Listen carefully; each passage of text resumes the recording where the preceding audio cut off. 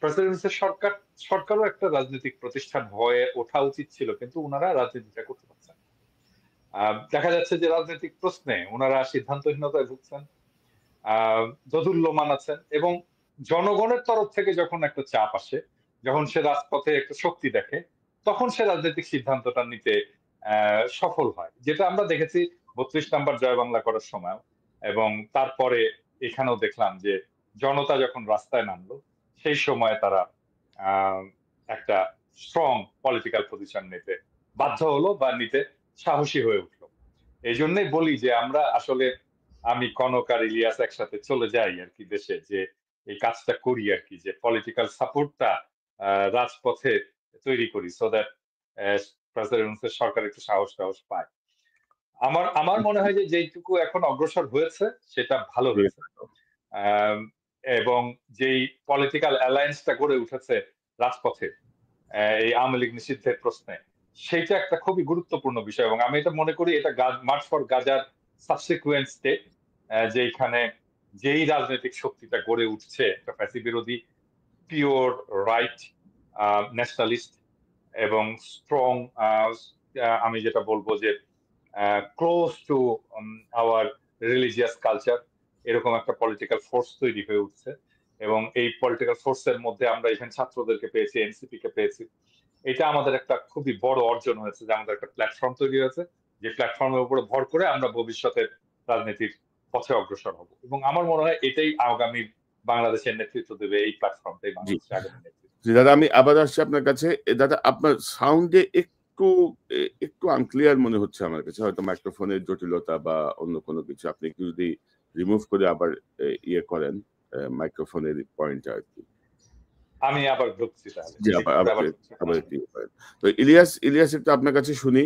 এই যে ঈদ মোবারক, আওয়ামী লীগ যে কার্যক্রম যে নিষিদ্ধ হলো, আসলে কতটুকু কার্যকর হবে, বা এই মুহূর্তে আপনি কি কি মনে করছেন, আপনার পর্যবেক্ষণটা কি? কনক ভাই, আপনি সবাইকে ঈদ মোবারক। আগে আপনি কালকে জ্যাকসন হাইটে ছিলেন। বৈষম্য বিরোধী আন্দোলনের যারা এখানে কাজ করেছেন, তাদের নেতৃত্বে বিএনপি, জামাতের লোকজনও ছিল, আপামর জনতা এখানে তাদের ব্যানারে সেখানে গিয়েছিল। মূলত যুক্তরাষ্ট্রে আসলে যে ব্যানারে আসলে এখানে বিএনপির লোকজনই বেশি ছিল। এবং সেই আনন্দ মিছিলের সামনে এসে আওয়ামী লীগ, এখানে আওয়ামী লীগের শুধু যে টোকাই শ্রেণীর কয়েকজন ছিল এরকম না, আওয়ামী লীগের প্রেসিডেন্ট ছিল, যুক্তরাষ্ট্র আওয়ামী লীগের সভাপতি সিদ্দিকুর রহমান ছিলেন, এবং আরো অনেক তাদেরকে এখানকার যে নেতৃত্ব স্থানীয় যারা সবাই ছিলেন। তারা এখানে বিএনপির নারীদের গায়ে হাত দিয়েছেন, ধাক্কাধাক্কি করেছেন, সেটা নিয়ে পুলিশ রিপোর্টও হয়েছে আমি যতটুকু জানি। তো একটা জিনিস চিন্তা করেন কনক ভাই, আপনি যখন এখানে ছিলেন, আমাদের এখানে যে কজন আছে সবার পরিবারের উপরেই ছোটখাটো হয়েছে, কিন্তু সরাসরি যদি বলি পরিবারের সদস্যদের উপরে আপনার বোনকে ধরে নিয়ে গিয়েছেন। আমি যেদিন ২১শে টেলিভিশনের চেয়ারম্যান যেদিন জেলে যান, সেদিন আমার ছোট ভাই বাংলাদেশের একটা বেসরকারি টেলিভিশনে সাংবাদিকতা করতো। সেই রাতেই তাকে সেখান থেকে স্যাক করা হয়েছে, এবং সে অফিসে যায়নি। তার সেই বেতন ভাতা, সেই জিনিসগুলো আপনার ফেরত দেওয়া হয়নি এখন পর্যন্ত। আপনার বোনকে ধরে নিয়ে যাওয়া হয়েছে। পিনাকি ভট্টাচার্য, ওনার পরিবারের উপরেও নানান ধরনের নির্যাতন এগুলো করা হয়েছে। তো ধরেন, আমরা আমাদের পরিবারের উপরে যত ধরনের নির্যাতন, অত্যাচার, আইনি নানান ধরনের মামলা তো অভাব নাই, সেগুলো এখনো আছে, সেগুলো করা হয়েছে। কিন্তু আওয়ামী লীগ যে এই যে বাইরে বসে বসে তারা এত ধরনের ষড়যন্ত্র করছে, এবং আপনি দেশের ভেতরেও যদি চিন্তা করেন, আমি অনেকগুলো ওদের ইন্টারনাল গ্রুপ যেগুলো আছে সেগুলো আমাকে বিভিন্ন সংস্থা থেকে যখন দেয়, সেগুলো আমি আমার ফেসবুক, ইউটিউবে পোস্ট করি। সেই তথ্য ধরে কিন্তু তাদেরকে ধরা সম্ভব। মোবাইল নাম্বারগুলো সেখানে থাকে, এটা ধরে ১ মিনিটের ব্যাপার তাদের ট্রেস করা যে তারা কোথায় আছে। তাদেরকে ধরা হয় না। তো এরা দিনকে দিন এই ধরনের আস্ফালন দেখাচ্ছে বিদেশে বসে বসে। আমরা এখানে বসে অনেক কথা বলেছি, আমরা ইউটিউবে, আমরাও এখানে আমাদের যে অ্যাক্টিভিটি সেগুলো করেছি, কিন্তু কোনোদিন কারো গায়ে হাত তুলে না, কারোর সাথে মারামারি করে না। বরং এরা ওই সময় আমাদের সাথে মারামারি করতো, এখনো করছে। তো বাংলাদেশ তো এখন পরিবর্তন হয়েছে, এখনো তাদেরকে এগুলো করতে দেওয়া যাবে না তো। আমরা কারোর বাড়িতে যে হামলা হোক, কারো পরিবারের মানুষের উপরে আঘাত করা হোক, আমরা এটা চাই না, একদমই চাই না আমরা। কিন্তু তাদের তো দেশে তাদের ব্যাপারে তো আইনি ব্যবস্থা নিতে হবে। এটা আমি মনে করি নেওয়া খুবই জরুরি। আর আরেকটা বিষয়, আমাদের গতকালকে আমি পরে যেটা শুনলাম যে আমাদের জুলকারনাইন, সায়ের সহ আরো অনেকেরই এই বিশেষ করে কয়েকটা টেলিভিশন চ্যানেলকে ভারতে নিষিদ্ধ করা হয়েছে। সেই সাথে আমি, আপনি, পিনাকিদা, আমাদের চ্যানেলগুলো তো নিষিদ্ধ আছেই। এখন এটার ব্যাপারে ধরেন বাংলাদেশ সরকার কি পদক্ষেপ নিয়েছে বা নিচ্ছে এখনো পর্যন্ত আমরা জানি না। এটার সুস্পষ্ট একটা ব্যাখ্যা সরকারের পক্ষ থেকে আসতে হবে। প্রথমত হচ্ছে, বাংলাদেশের মানুষ ভারতীয় টেলিভিশন চ্যানেল এই দেশে থাকুক এটা চায় না। এই দেশের মানুষের পারিবারিক যত বিশৃঙ্খলা তৈরির জন্য দায়ী হচ্ছে ভারতীয় এসব সিরিজ, ভারতীয় এসব টেলিভিশন চ্যানেল। এর বাইরেও যদি আপনি চিন্তা করেন, পৃথিবীর ভেতরে সবচাইতে বেশি প্রোপাগান্ডা ছড়ানোর মেশিন হচ্ছে এই ভারতীয় মিডিয়া। তারা কেন আমাদের সরকারের বিরুদ্ধে মিথ্যাচার করার পরেও এই দেশে চলমান থাকবে? এই ব্যাপারেও সরকারকে একটা সুস্পষ্ট নিতে হবে। আর আপনি যে প্রশ্নটা করেছেন যে নিষিদ্ধের ব্যাপারে, দেখেন নিষিদ্ধের এখানে আমি আমার যাদের সাথে আলাপ হচ্ছিল, যারা এটার সাথে ছিলেন, তাদের অনেকের সাথেই কথা হচ্ছিল, এবং আমাদের একটা আলটিমেট টার্গেট ছিল যে আমি তাদেরকে যেটা বলেছিলাম যে ভাই, হতে পারে সরকার এখানে কোনো কিছুই করবে না, কিন্তু তারপরেও একটা মেসেজ সরকারকে দিতে হবে যে ভবিষ্যতে তারা যেন এই আওয়ামী লীগকে নিয়ে কোনো ধরনের নতুন করে নির্বাচনে আনা আওয়ামী লীগকে রাজনৈতিক কর্মসূচি পালন করতে দিতে হবে। আরেকটা অন্য ওই যে ওয়াকার যে ধরনের আওয়ামী লীগ আনতে চেয়েছে, রিফাইন আওয়ামী লীগ, এই ধরনের কথাবার্তা যেন বলতে না পারে, এই ধরনের একটা মেসেজ তাদেরকে দেয়া। সো আমার মনে হয় তার চাইতে অনেক বেশি কিছু হয়েছে। তারপরেও ধরেন যদি আপনি মনে করেন আওয়ামী লীগকে নিষিদ্ধের চিন্তা করা যায়, আর যে দাবিটা উঠেছিল সেটা করাতে সমস্যা কোথায় ছিল? অনেকেই আমাকে একজন বিএনপির খুব উচ্চ পর্যায়ের একজন নেতা বলছিলেন যে, ইলিয়াস দেখো, এটা আমার মনে হয় আইনগতভাবে হলেই সবচাইতে ভালো হয়। তা আমি বললাম, মনে করেন শেখ হাসিনা ২ বছর পরে বাংলাদেশে ক্ষমতায় আসলো আবার। আপনি আইন না, মনে করেন জাতিসংঘের যদি রেজুলেশন দিয়েও যদি আপনি এটা করেন যে আওয়ামী লীগ নিষিদ্ধ, আপনি কি সেটাকে রাখতে পারবেন? তা আপনি এত আইন দেখাচ্ছেন কেন এখন? ইউনূস সরকার যে বর্তমান ক্ষমতায় এসছে, সেটার জন্য কি কোনো আইন করা হয়েছিল নাকি? সংবিধান মেনে করা হয়েছে? সেনাপ্রধানের কোনো ক্ষমতা আছে কোনো কিছু করা, কাউকে ডেকে নিয়ে এইভাবে রাজনৈতিক কার্যক্রম করা? নাই তো। সবই তো বেআইনিভাবেই করা হয়েছে। তো এইটার জন্য শুধু আইনি পদক্ষেপ কেন লাগবে? চুপ্পুকে সরাইতে পারা যাবে না কেন? এখনো আওয়ামী লীগের যারা বিভিন্ন জায়গায়, পুলিশ প্রশাসন এখন সবাই ত্যাগী। সবাই ত্যাগী, বিশাল ত্যাগী। অথচ তারা এখন আছে, ওসি আছে, যারা কিনা আওয়ামী লীগের সময় ২-৩ থানায় ওসি ছিলেন। আমি কালকে কয়েকজনের তালিকা পেলাম, তাদেরকে আবার ওসির পদে বসানো হয়েছে। তো একটা চক্র তারা এখনো চাচ্ছেন যে আওয়ামী লীগকে কোনো না কোনোভাবে মাঠে রাখবার, আওয়ামী লীগ যাতে কোনোভাবে, এখন তো বাংলাদেশের মানুষ তো ওই জায়গাতে নেই, যে কারণে পারছে না। ইনিয়ে বিনিয়ে নানানভাবে তারা চেষ্টা করছেন অন্তত তাদেরকে যেন নিষিদ্ধ না করে রাজনীতি করার একটা সুযোগ যাতে দেয়া হয়। এটাই হচ্ছে তাদের ইয়ে। তো আমি আমার এই জায়গায় আমার বক্তব্য খুব স্পষ্ট যে বাংলাদেশের মানুষ শেখ হাসিনা যতবার দাঁড়াতে যাবে ততবার তাকে শুইয়ে দেবে। আওয়ামী লীগকে বাংলাদেশের মানুষ গ্রহণ করার ওই জায়গাতে আর নাই। অতএব রাজনৈতিক দল, সেটা জামায়াত হোক, বিএনপি হোক বা অন্য কোনো রাজনৈতিক দলই হোক, কালকে ওই যে কাউয়া কাদেরের আরেক ভার্সন এখন বাংলাদেশে আছে, আপনার আ জাতীয় পার্টির কাদের কালকে বলছে তারা কোনো দলের এটাতে তারা মানে না, এটা তারা বিশ্বাস করে না। সো এই ধরনের কাদেরের কিন্তু ভিডিও আছে আমার কাছে, আগে থেকে বলে রাখলাম। কাদেরের কিন্তু বহু আগেই ভিডিও ছিল, তা ওরে নিয়ে আর আমি নাড়াচাড়া করি না, কারণ এটারে নিয়ে নাড়াচাড়া করার মতো জিনিস না। সো বেশি লাফালাফি করার দরকার নাই কাদের সাহেব। কাদের সহ বিএনপি, জামায়াত যারাই আওয়ামী লীগকে জায়গা দিতে চাবেন, বাংলাদেশের মানুষ তাদেরকে বরং আওয়ামী লীগের মতো নিষিদ্ধের জায়গায় নিয়ে যাবে। অঘোষিত নিষিদ্ধ হয়ে থাকবেন, মানুষের হৃদয়ে জায়গা পাবেন না। অতএব সিদ্ধান্ত আপনাদের। আপনারা জনগণের সাথে থাকবেন নাকি আওয়ামী লীগের সাথে থাকবেন, ভারতের সাথে থাকবেন। টোটালি আপনাদের উপরে। ধন্যবাদ ইলিয়াস। আসলে বিষয়টা হচ্ছে যে ধরেন নরমালি তো আমাদের রাজনৈতিক যে পরিবর্তন, বিশেষত আমরা ৯০ পরবর্তীতে দেখছিলাম যে একটা দল আসে, একটা দল যায়। ৫ বছর পর পর মানুষ তাদের মতো করে সিদ্ধান্ত নেয়। কাকে রাখবে কাকে সরাবে। পিনাকিদা, চুপ্পুকে সরানোর একটা কথা আসছে, মিডিয়া সংস্কারের কথা আসছে, এবং সুমন ভাই যেটি বলছিলেন যে আওয়ামী লীগ আমলে সুবিধাভোগী যত বড় সেনা কর্মকর্তাই হোক বা যত ব্যক্তি যেই ব্যক্তিই হোক তাকে যেন কোনো ফরম্যাটে পুনর্বহাল না হয়, প্লাস বিপ্লবী সরকারের কথা বলছেন। পরবর্তী সংস্কার আপনার বিশ্লেষণে কি? না, আমি তো বললাম সংস্কারের প্রসঙ্গটা তো বললাম যে পরবর্তী সংস্কার কি, কিন্তু এখন আমার ইস্যুটা হচ্ছে যে এই যে আওয়ামী লীগ নিষিদ্ধ হলো এরপরে কি করা উচিত আমাদের, এই ইস্যুটা আমি আসলে এই প্রশ্নটাই জানতে চাইছিলাম যে এখন আমাদের কি করা উচিত খুব সলিড টার্মে। আমার যেটা প্রস্তাব সেটা হচ্ছে যে আমাদের আমরা যেমন জার্মানিতে ডিনাজিফিকেশন একটা প্রসেস চালু হয়েছিল, আমরা যদি বাংলাদেশ থেকে আওয়ামী ফ্যাসিবাদের অবশেষটাকে ছুড়ে ফেলতে চাই এবং এটাকে অপ্রাসঙ্গিক করে দিতে চাই, আমাদের ডি আওয়ামিফিকেশন একটা প্রসেস আমাদের শুরু করতে হবে, এবং এটা সরকারকেই করতে হবে। এটা ব্যক্তিগতভাবে করা সম্ভব না, এটা প্রাইভেটলি করা সম্ভব না। সো ডি আওয়ামিফিকেশনটা কিভাবে হতে পারে?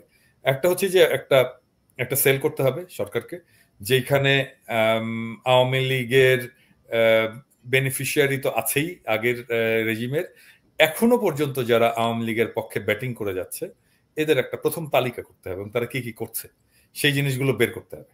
বের করার পরে তাদেরকে কিভাবে সাইজ করা যায় সেটা বের করা যাবে। হ্যাঁ, কিন্তু প্রথম কাজটা হচ্ছে তালিকাভুক্ত করা, কোথায়, দেশে এবং বিদেশে কারা আওয়ামী লীগের পক্ষে ব্যাটিং করে যাচ্ছে এবং এখনো আওয়ামী রেজিমের, তার মধ্যে 1 নম্বরে হাসিনা থাকবে, সেটাতে কোনো অসুবিধা নাই, 1 নম্বরে হাসিনা, তারপরে কে কে কে কে কে এই জিনিসগুলো, মিডিয়াতে কারা, অ্যাডমিনিস্ট্রেশনে কারা, আর্মির মধ্যে কারা, পুলিশের মধ্যে কারা, এক্স পুলিশের মধ্যে কারা, এক্স আর্মির মধ্যে কারা, হ্যাঁ, এক্স আমলাদের মধ্যে কারা, এক্স ডিপ্লোম্যাটদের মধ্যে কারা, এইভাবে ক্যাটাগরিজ, হ্যাঁ, বিচার বিভাগে কারা কারা এখনো আওয়ামী শাসনের ন্যারেটিভ তৈরি করে যাচ্ছে এবং আওয়ামী শাসনের পক্ষে ন্যারেটিভ, যেমন ধরেন নবনীতা, মাসুদা ভাট্টি ইত্যাদি ইত্যাদি, এই ধরনের যারা আছে তারা একরকম।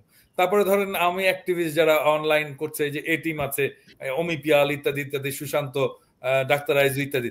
তো আমাদের তো ডাক্তার আইজুটা কে, এটা তো খুঁজে বের করা দরকার, যে এই আইডিটার পিছনে কে আছে, এটা আমাদের খুঁজে বের করা দরকার, এটা সিরিয়াসলি করা দরকার, এবং এটা একটা গোয়েন্দা অপারেশন করে বের করা দরকার যে এই লোকটা কে।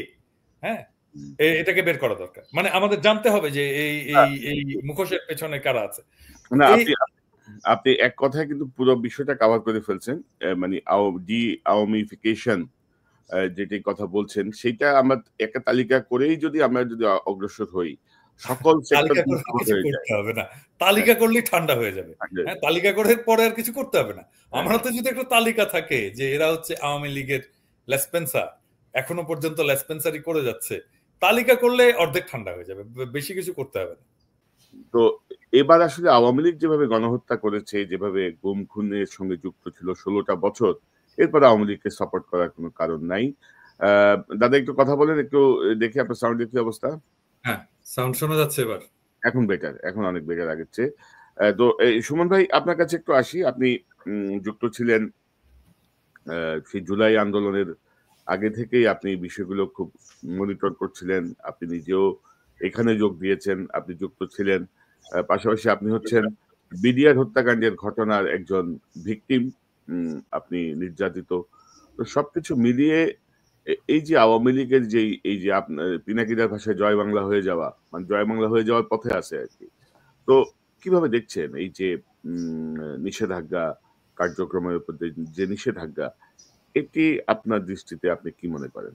ভাই, প্রথমে আপনাদেরকে কংগ্রাচুলেট করি, কংগ্রাচুলেশনস। আপনারা 3 জন, ভারত মোদি আপনাদেরকে নিষিদ্ধ করছে, এটা একটা বড় অ্যাওয়ার্ড, অ্যাচিভমেন্ট। কিন্তু যদিও ওর কাছ থেকে অ্যাওয়ার্ড পাওয়ার জন্য আমরা বসে নাই, বাট ওই যে বলা হয় না যে ইন্ডিয়া যারা শত্রু মনে করে সে হচ্ছে আমাদের সব থেকে বড় বন্ধু। তো আলহামদুলিল্লাহ, কংগ্রাচুলেশনস ওয়ান্স এগেইন। এখন একটা প্যাটার্ন একটু দেখেন, আওয়ামী লীগ নিষিদ্ধ হয়েছে, দাদা জয় বাংলার কথা বললো, বাট প্যাটার্নটা কি? এই যে যারা গুম খুন এবং অন্যান্য অর্থ পাচার, দুর্নীতি, এই সব কিছুতে আওয়ামী লীগের সাথে ছিল, তাদের ব্যাপারে দেখবেন এই ভ্রমণে নিষেধাজ্ঞা, তাদের বিরুদ্ধে মামলা, এই জিনিসগুলা তারা যখন বাইরে সেফলি চলে যাইতেছে তারপরে হইতেছে। কিন্তু অনেকে বাইরে আছে, আমি অবাক হয়ে যাই যে তাদের পাসপোর্ট ভ্রমণ পরিবার সহ ভ্রমণে নিষেধাজ্ঞা দেওয়া হচ্ছে। এটা কি ভ্রমণে নিষেধাজ্ঞা নাকি ফেরত আসার নিষেধাজ্ঞা, সেটা একটা বড় কোশ্চেন।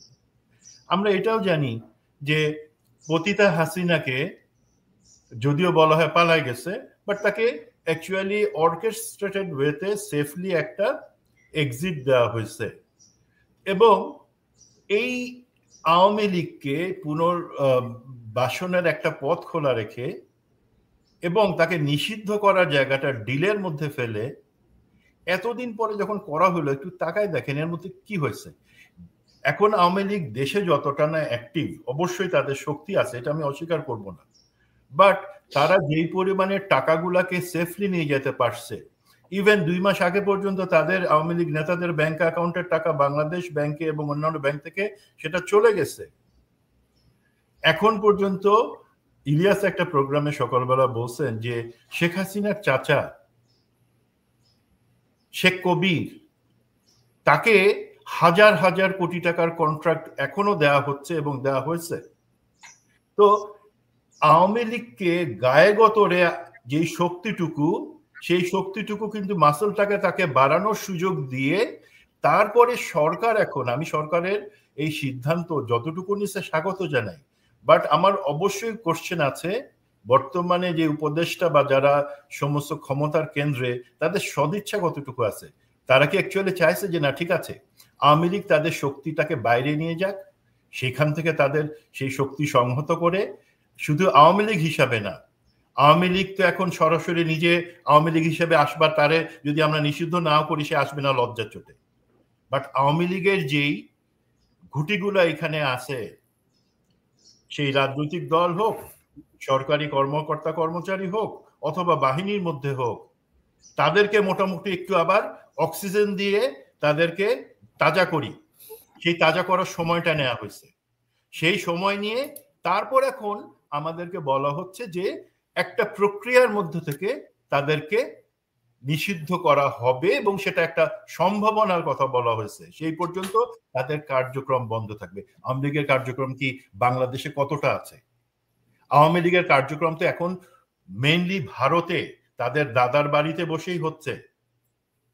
যুক্তরাষ্ট্র আওয়ামী লীগের গতকালকে সভার কথা, মানে কাজের কথা ইলিয়াস বললেন, ইউকেতে দাদা বলতে পারবেন, প্যারিসে হয়তো তারা সংঘবদ্ধ না, বাট যুক্তরাজ্যে আমরা দেখতে পাচ্ছি তারা কতটা শক্তি সংহত করতেছে।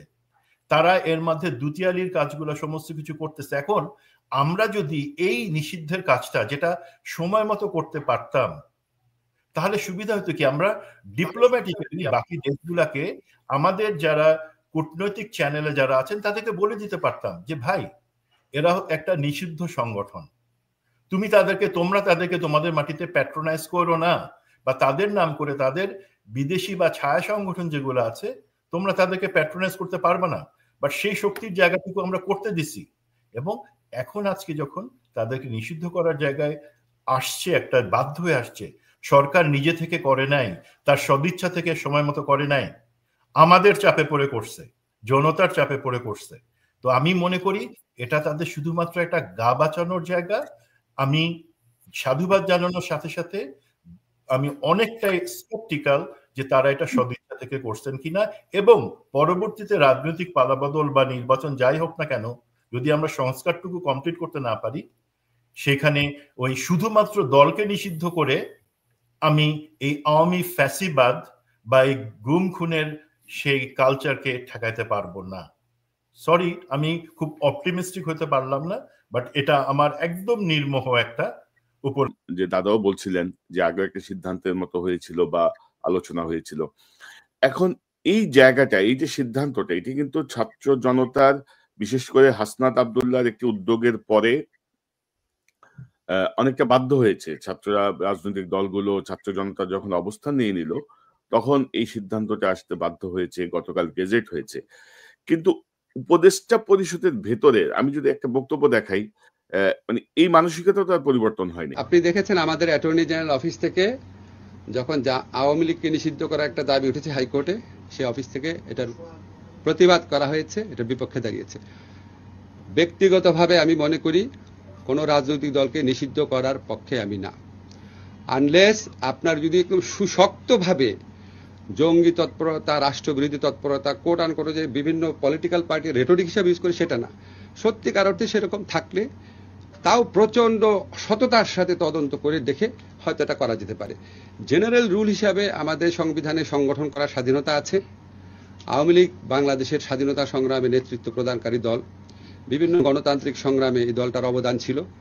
গত 15 বছর তারা যা করেছে সেটা তাদের ঐতিহ্যের সাথে যায় না, সেটা মুক্তিযুদ্ধের চেতনার সাথে যায় না। তারা বাংলাদেশের ইতিহাসে বর্বরতম এক ফ্যাসিবাদ কায়েম করেছিল। এই কর্মকাণ্ডের জন্য ব্যক্তিগত দায় থাকতে পারে, লিডারদের সামষ্টিক দায় থাকতে পারে, বা দল হিসাবে ব্যক্তিগতভাবে আমি বলছি, দল হিসাবে আওয়ামী লীগ মানে নিষিদ্ধ করা দল হিসাবে মনে হয় না সমীচীন হবে। তো দাদা আপনার কাছ থেকে শুনি, ধরেন এই জাতীয় মানে তত্ত্ব মাথায় নিয়ে যিনি বসে আছেন, গুরুত্বপূর্ণ উপদেষ্টা, এবং এর বাইরে তো আওয়ামী লীগের আওয়ামীপন্থী, আওয়ামী লীগেরকে সার্ভ করা, আওয়ামী লীগের তাকে সুবিধা নেয়া, মানে এ নাম্বার অফ উপদেষ্টা, এ নাম্বার অফ সহকারী কিন্তু সরকারে বসা। তো আপনি কি মনে করেন যে মানি টক্স ভাই, মানি টক্স। তো এখন পরবর্তী সংস্কারটা কি, মানে এখান থেকে আমরা আলোচনাটা শুরু করি। এখানে আমি আজকে একটা এপিসোড করেছি আর কি, মানে আওয়ামী লীগ নিষিদ্ধের প্রশ্নে আমরা আমাদের চিন্তাটা সলিড ছিল না।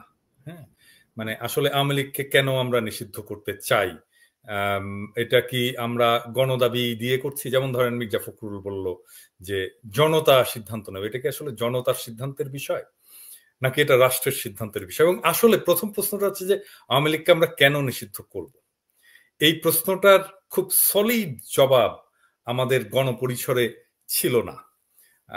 আমার মনে হয় যে আমরা এখন এটার জবাবটা পেয়েছি জন্য আওয়ামী লীগকে আসলে আমরা নিষিদ্ধ করতে পারলাম এভাবে। প্রথম বিষয়টা হচ্ছে যে কোন দল একটা দেশে রাজনীতি করতে পারবে কি পারবে না, এইটা ডিপেন্ড করে একটা কন্ডিশনের উপরে। সেটা হচ্ছে যে সেই দলটা সেই রাষ্ট্রের যে ফান্ডামেন্টাল প্রিন্সিপাল বা বুনিয়াদি যে নীতি সেইটার সাথে সঙ্গতিপূর্ণ কিনা। এখন বাংলাদেশের বুনিয়াদি যে ফাউন্ডেশনাল যে প্রিন্সিপাল সেটার সাথে আওয়ামী লীগের তফাৎটা কোথায়, আওয়ামী লীগের বিরোধটা কোথায় হলো? নাম্বার ওয়ান, আওয়ামী লীগ রাষ্ট্র যেটাকে, রাষ্ট্রের যে ইনস্টিটিউট, মানে রাষ্ট্র তো ইনস্টিটিউটের সমষ্টি, মানে সেখানে পুলিশ থাকবে, আর্মি থাকবে, বিডিআর থাকবে, প্রশাসন থাকবে, আমলাতন্ত্র থাকবে, নির্বাচন কমিশন থাকবে, ব্যুরোক্রেসি থাকবে, এইটাই মিলেই তো তার পুরো ইনস্টিটিউট। তো এই ইনস্টিটিউট গুলোকে সে ধ্বংস করেছে। তার মানে রাষ্ট্রের যে ফাউন্ডেশনাল প্রিন্সিপাল সেটাকে সে নষ্ট করেছে। প্রত্যেকটা আর্মিকে নষ্ট করেছে, জুডিশিয়ারিকে নষ্ট করেছে, পুলিশকে নষ্ট করেছে, প্রশাসনকে নষ্ট করেছে, ব্যুরোক্রেসিকে নষ্ট করেছে। Number one. নাম্বার টু, রাষ্ট্রের কাজ হচ্ছে নাগরিককে সুরক্ষা দেওয়া। এটা হচ্ছে রাষ্ট্রের সাথে নাগরিকের যে কন্ট্রাক্ট, যেটা আমরা সংবিধান বলি। উল্টা রাষ্ট্রটাকে তৈরি করছে নাগরিকের জীবনটাকে অনিরাপদ করার জন্য। মানে আমি এর বিরুদ্ধে কোনো অভিযোগ দিতে পারবো, কোনো ফলস অভিযোগও দিতে পারছি না, মিথ্যা অভিযোগও দিতে পারছি না যে তাকে মিথ্যা অভিযোগ দিয়ে আমি তাকে জেলে ঢুকাই দেবো, সেটাও আমি করতে পারছি না। কিন্তু আমার তাকে জেলে ঢুকাইতে হবে, তাকে আমার নির্বাসনে দিতে হবে, তাকে আমার আটকাইতে হবে। সেই জন্য আমি কি করব? আমি আয়নাঘর বানাবো, একটা দুইটা না, হাজার হাজার আয়নাঘর বানাবো সারা দেশে, এবং সেইখানে আমি বিনা বিচারে নাগরিককে তুলে ধরে দিনের পর দিন রেকর্ড ছাড়া আটকে রাখবো। সো নাগরিকের জীবন করেছে অনিরাপদ, নাগরিকের জীবনের সুরক্ষা সেটা সে নষ্ট করেছে। 3 নাম্বার, আমি আমার নেতা নির্বাচন করতে পারবো ভোট দিয়ে, সেই নেতা নির্বাচন করার ক্ষমতাকে আমার হাত থেকে কেড়ে নিয়েছে। 4 নাম্বার, রাষ্ট্রে বাংলাদেশের যে ফাউন্ডেশনাল প্রিন্সিপাল সাম্য, মানব সত্তার মর্যাদা, তো মানব সত্তার মর্যাদা, সাম্য এবং গণতন্ত্র, তিনটাকেই সে ধ্বংস করেছে, নষ্ট করেছে। এই দলটাকে তো রাখতে পারি না আমরা। এটাকে তো মানে আমি কি বাংলাদেশে একটা ডাকাত দলকে অপারেট করতে দেব যে আমি ডাকাতি করব? ভাই হ্যাঁ, আমারও তো সংগঠন করার স্বাধীনতা আছে, ডাকাতিও তো একটা সংগঠন, তাই না? অনেক কয়েকজন লোক মিলে একটা সংগঠন করে, আমি কি ডাকাতের সংগঠন করতে দেব? করতে দেওয়া উচিত? মানে ধরেন ডাকাতের দল যদি একটা কনস্টিটিউশন বানায়, একটা ঘোষণাপত্র বানায় যে আমার হচ্ছে যে আমি ডাকাতি করব, এবং ডাকাতি করার যে ডাকাতি করে যা আমি পাবো সেটা আমি দরিদ্র মানুষের মধ্যে বিলাই দেবো, এটা এরকম যদি একজন কেউ করে, আমি একটা রবিনহুড হব আর কি। সেটা একটা গঠনতন্ত্র থাকবে, মানে আপনি ডাকাতি করবেন আপনি ডাকাতি করবেন আর আমরা বলবো যে উনি তো 5 ওয়াক্ত নামাজ পড়ে। মানে ওই রকম আর কি। আপনি মানুষ মানে মারবেন আমরা কি সেটাকে আর করতে আমি দেবো? বলবো যে এটা তো মুক্তিযুদ্ধের সপক্ষের দল। হ্যাঁ, আমি কি এটাকে করতে দেবো? আমি তো এটা করতে দেবো না। মানে ডাকাতি যত মহৎ উদ্দেশ্য নিয়ে করা হোক না কেন, আমি তো সেটাকে করতে দেবো না। তো ফাউন্ডেশনাল প্রিন্সিপালের সাথে কন্ট্রাডিক্টরি কোন অর্গানাইজেশন দেশে থাকতে পারবে না। এখন এটা যদি বাংলাদেশ সব দল আমরা সবাই মিলে যদি বলি যে না থাকুক, এটা থাকা উচিত, তারপরে এটা থাকতে পারে না। রাষ্ট্রকেই নিজের জন্যই সেটাকে ধ্বংস করতে হবে, নষ্ট করতে হবে, তাকে নিষিদ্ধ করতে হবে। আর আমরা যদি সবাই মিলেও বলি যে না এই দলের থাকা চলবে না, কিন্তু এটা ফাউন্ডেশনাল প্রিন্সিপালের সাথে কন্ট্রাডিক্ট করে না, তাহলে তাকে আমরা নিষিদ্ধ করতে পারি না। এই জায়গাটায় আমাদের আসলে একমত হইতে হবে। হ্যাঁ, এখন বলতেছে না এই যে কতজন এই যে কথা কামাল বলে না যে এটা একটা ফ্যাসিবাদী আমরা দলকে কেন নিষিদ্ধ করব, এমনকি আসিফ নজরুল যেটা বললেন যে আমরা দলকে কেন নিষিদ্ধ করব, এই দলের এত আছে, আমরা এটা করতে পারি না। নো, আপনি আগে দেখবেন আসলে এই দলটা ফাউন্ডেশনাল প্রিন্সিপালের সাথে কন্ট্রাডিক্ট করেছে কিনা। যদি করে আপনি এখানে রাখতে পারবেন না, যদি না করে আপনি এটাকে কোনোভাবে নিষিদ্ধ করতে পারবেন না। প্রশ্নটা ওই জায়গাটায়, প্রশ্নটা এইটা না যে আমি একটা রাজনৈতিক দলকে নিষিদ্ধ করতে পারি কি পারি না। 2 নাম্বার হচ্ছে এটা জনমতেরও বিষয় না। যেমন আমরা যদি সবাই মিলে মনে করি যে একটা দলকে আমরা নিষিদ্ধ করে দেব, কিন্তু এটা ফাউন্ডেশনাল প্রিন্সিপালের সাথে এটা কন্ট্রাডিক্ট করে না। হ্যাঁ, যেমন ধরেন মানে জামাতের নিষিদ্ধ, জামাত যে নিষিদ্ধ করলো আওয়ামী লীগ, জামাতের নিষিদ্ধ করাটা কি এটা কি বৈধ? এটা কি করতে পারে? সে পারে না। কারণটা হচ্ছে জামাত রাষ্ট্রের ফাউন্ডেশনাল প্রিন্সিপালের সাথে কন্ট্রাডিক্ট করে না। মানে তার কাজ মুক্তিযুদ্ধের পর থেকে, তার কাজ 1971-এর 16 ডিসেম্বরের পর থেকে, তার কাজ, তার গঠনতন্ত্র, তার সংবিধান, তার রাজনীতি, কোনো কিছু বাংলাদেশের ফাউন্ডেশনাল প্রিন্সিপালের সাথে কন্ট্রাডিক্ট করে না। সেজন্য আমরা জামাতকে যে নিষিদ্ধ করেছি এটা এক জিনিস না। এবার বোঝা গেছে, মানে ক্লিয়ার হয়েছে বিষয়টা। এই জায়গাটাতে এসে এটা ইভেন রাজনৈতিক দলগুলো এখানে এসে প্রবলেম করছে। আসিফ নজরুল যেটা বললেন সেটাও, আসিফ নজরুল ইভেন এখন পর্যন্ত ওনার ধারণাটা ক্লিয়ার না। কারণ কয়েকদিন আগে উনি বলছিলেন যে সব রাজনৈতিক দল যদি চায় তাহলে আওয়ামী লীগ নিষিদ্ধ হইতে পারে। এখন যদি সব রাজনৈতিক দল চাইলো এবং আমরা দেখলাম যে আওয়ামী লীগ বাংলাদেশের ফাউন্ডেশনাল প্রিন্সিপালের সাথে কন্ট্রাডিক্ট করে না, তাহলে কি আমরা নিষিদ্ধ করে দেবো? করবো না তো। হ্যাঁ, প্রশ্নটা হচ্ছে আওয়ামী লীগকে নিষিদ্ধ হতে হয়েছে কারণ আওয়ামী লীগ বাংলাদেশের ফাউন্ডেশনাল প্রিন্সিপালের সাথে কন্ট্রাডিক্ট করে, এটা থাকতে পারে না। এই বিষয়টি একটু স্পষ্ট হওয়া দরকার যে এখানে আবেগের বশে কোনো কাজ হচ্ছে না। এখানে যা হচ্ছে সবকিছু যুক্তিবদ্ধভাবেই আমরা কথাগুলো বলছি, আমরা এই দাবিগুলো করছি। এবং ধরেন যে একটা সময় তো 2009 পর্যন্তই নির্বাচনের আগে বিএনপি থেকে আওয়ামী লীগে যোগ দিছে, আওয়ামী লীগ থেকে বিএনপিতে যোগ দিছে, জামাত থেকে যোগ দিছে, জামাতে গেছে। তো এগুলো নিয়ে কিন্তু কেউ কখনো প্রশ্ন তোলে নাই যে না দিতে পারবে না, এটা হবে না। কিন্তু এবারের প্রেক্ষাপটটা সম্পূর্ণ ভিন্ন একটা প্রেক্ষাপট। এই প্রেক্ষাপটে আমরা আওয়ামী লীগকে সমর্থন করা মানে মানবতা বিরোধী অপরাধকে সমর্থন করা, মানুষের বিরুদ্ধে যে অবস্থান আওয়ামী লীগের ছিল গত 15 বছরে সেটাকে মেনে নেয়া। দুঃখিত। তবে সেটাই না কনক, আরেকটা গুরুত্বপূর্ণ বিষয় হচ্ছে বাংলাদেশ তো রাষ্ট্র হিসেবে এক্সিস্ট করতেছিল না। মানে বাংলাদেশ যে একটা রাষ্ট্র, মানে বাংলাদেশের একজনকে ধরে নিয়ে যায়, সেইখানে ডিজিএফ এর অফিসের মধ্যে তাকে ইন্টারোগেট করে, এটা কল্পনা করা যায়? হ্যাঁ, মানে এটা তো মানে তাহলে রাষ্ট্র কোথায়? তাহলে বাংলাদেশ রাষ্ট্র নাই আসলে। হ্যাঁ, বাংলাদেশ রাষ্ট্র ভারতের একটা ছায়া অধিকৃত জনপদ হয়ে গেছিল। হ্যাঁ, যা খুশি তাই করতে পারতেছে তারা ইন্ডিয়া বাংলাদেশের মধ্যে, যা খুশি তাই। এমনকি এসে বলতেছে যে রাজনৈতিক দলগুলো বলতেছে তুমি নির্বাচনে যাও, তোমাকে নির্বাচনে যেতে হবে, তাছাড়া জামাত বিএনপি ক্ষমতায় চলে আসবে। হ্যাঁ, এটা এসে ভারতের পররাষ্ট্র সচিব এসে বলতেছে বাংলাদেশের একজন রাজনৈতিক দলের প্রেসিডেন্টকে। হ্যাঁ, তো তাহলে বাংলাদেশের রাষ্ট্র হিসেবে এক্সিস্ট করতেছিল, পুরো রাষ্ট্রটাকে ধ্বংস করে ফেলছিল। এবং আপনি যেটি বলছিলেন মেজর সুমন আহমেদ কিন্তু বিডিআর এর ঘটনার পর প্রথম ব্যক্তি যিনি ডিজিএফআই নির্যাতনের শিকার হন এবং রয়ের দ্বারা ইন্টারোগেটেড হন আর কি, প্রথম ব্যক্তি। আচ্ছা, র কি বলেছিল, পরিচয় দিয়েছিল যে আমি র থেকে নাকি না, এটা আপনি বলছিলেন, বুঝছেন? সুমন ভাই আপনার আনমিউট করেন, সুমন ভাই আপনি আনমিউট করেন। জি, ইন্টারোগেশনের যেই পর্যায়টাতে আমি দেখতেছিলাম কন্টিনিউয়াসলি ইংলিশে কথা বলতেছে, বাকি যারা ওই ইমরান ইবনে রউফ আর রাশিদুল আলম দুইজন, একজন পলাতক আর একজন এখনো বিজেপিতে আছে, তারা বাংলায় কথা বলতেছে, আর বাকি দুইজন যাদেরকে আমি কাউকে দেখতে পাচ্ছি না তারা ইংলিশ, এবং বাট আমি একটু বুদ্ধি করে বাংলাতে রিপ্লাই গুলা দিচ্ছিলাম। তখন দেখা গেল পজ, মানে আমি বাংলায় বলতেছি ওরা তো বুঝতে পারতেছে না, তখন ডিজিএফআই যে ডেস্ক অফিসার সে সেগুলোকে সম্ভবত ইন্টারপ্রেট করে দিতেছিল, ওই জন্য পজ আসতেছিল। আর আপনি তো দাদা ইন্ডিয়ানদের যে অশুদ্ধ ইংলিশ ডডা করে সেটা আমরা সবাই অভ্যস্ত।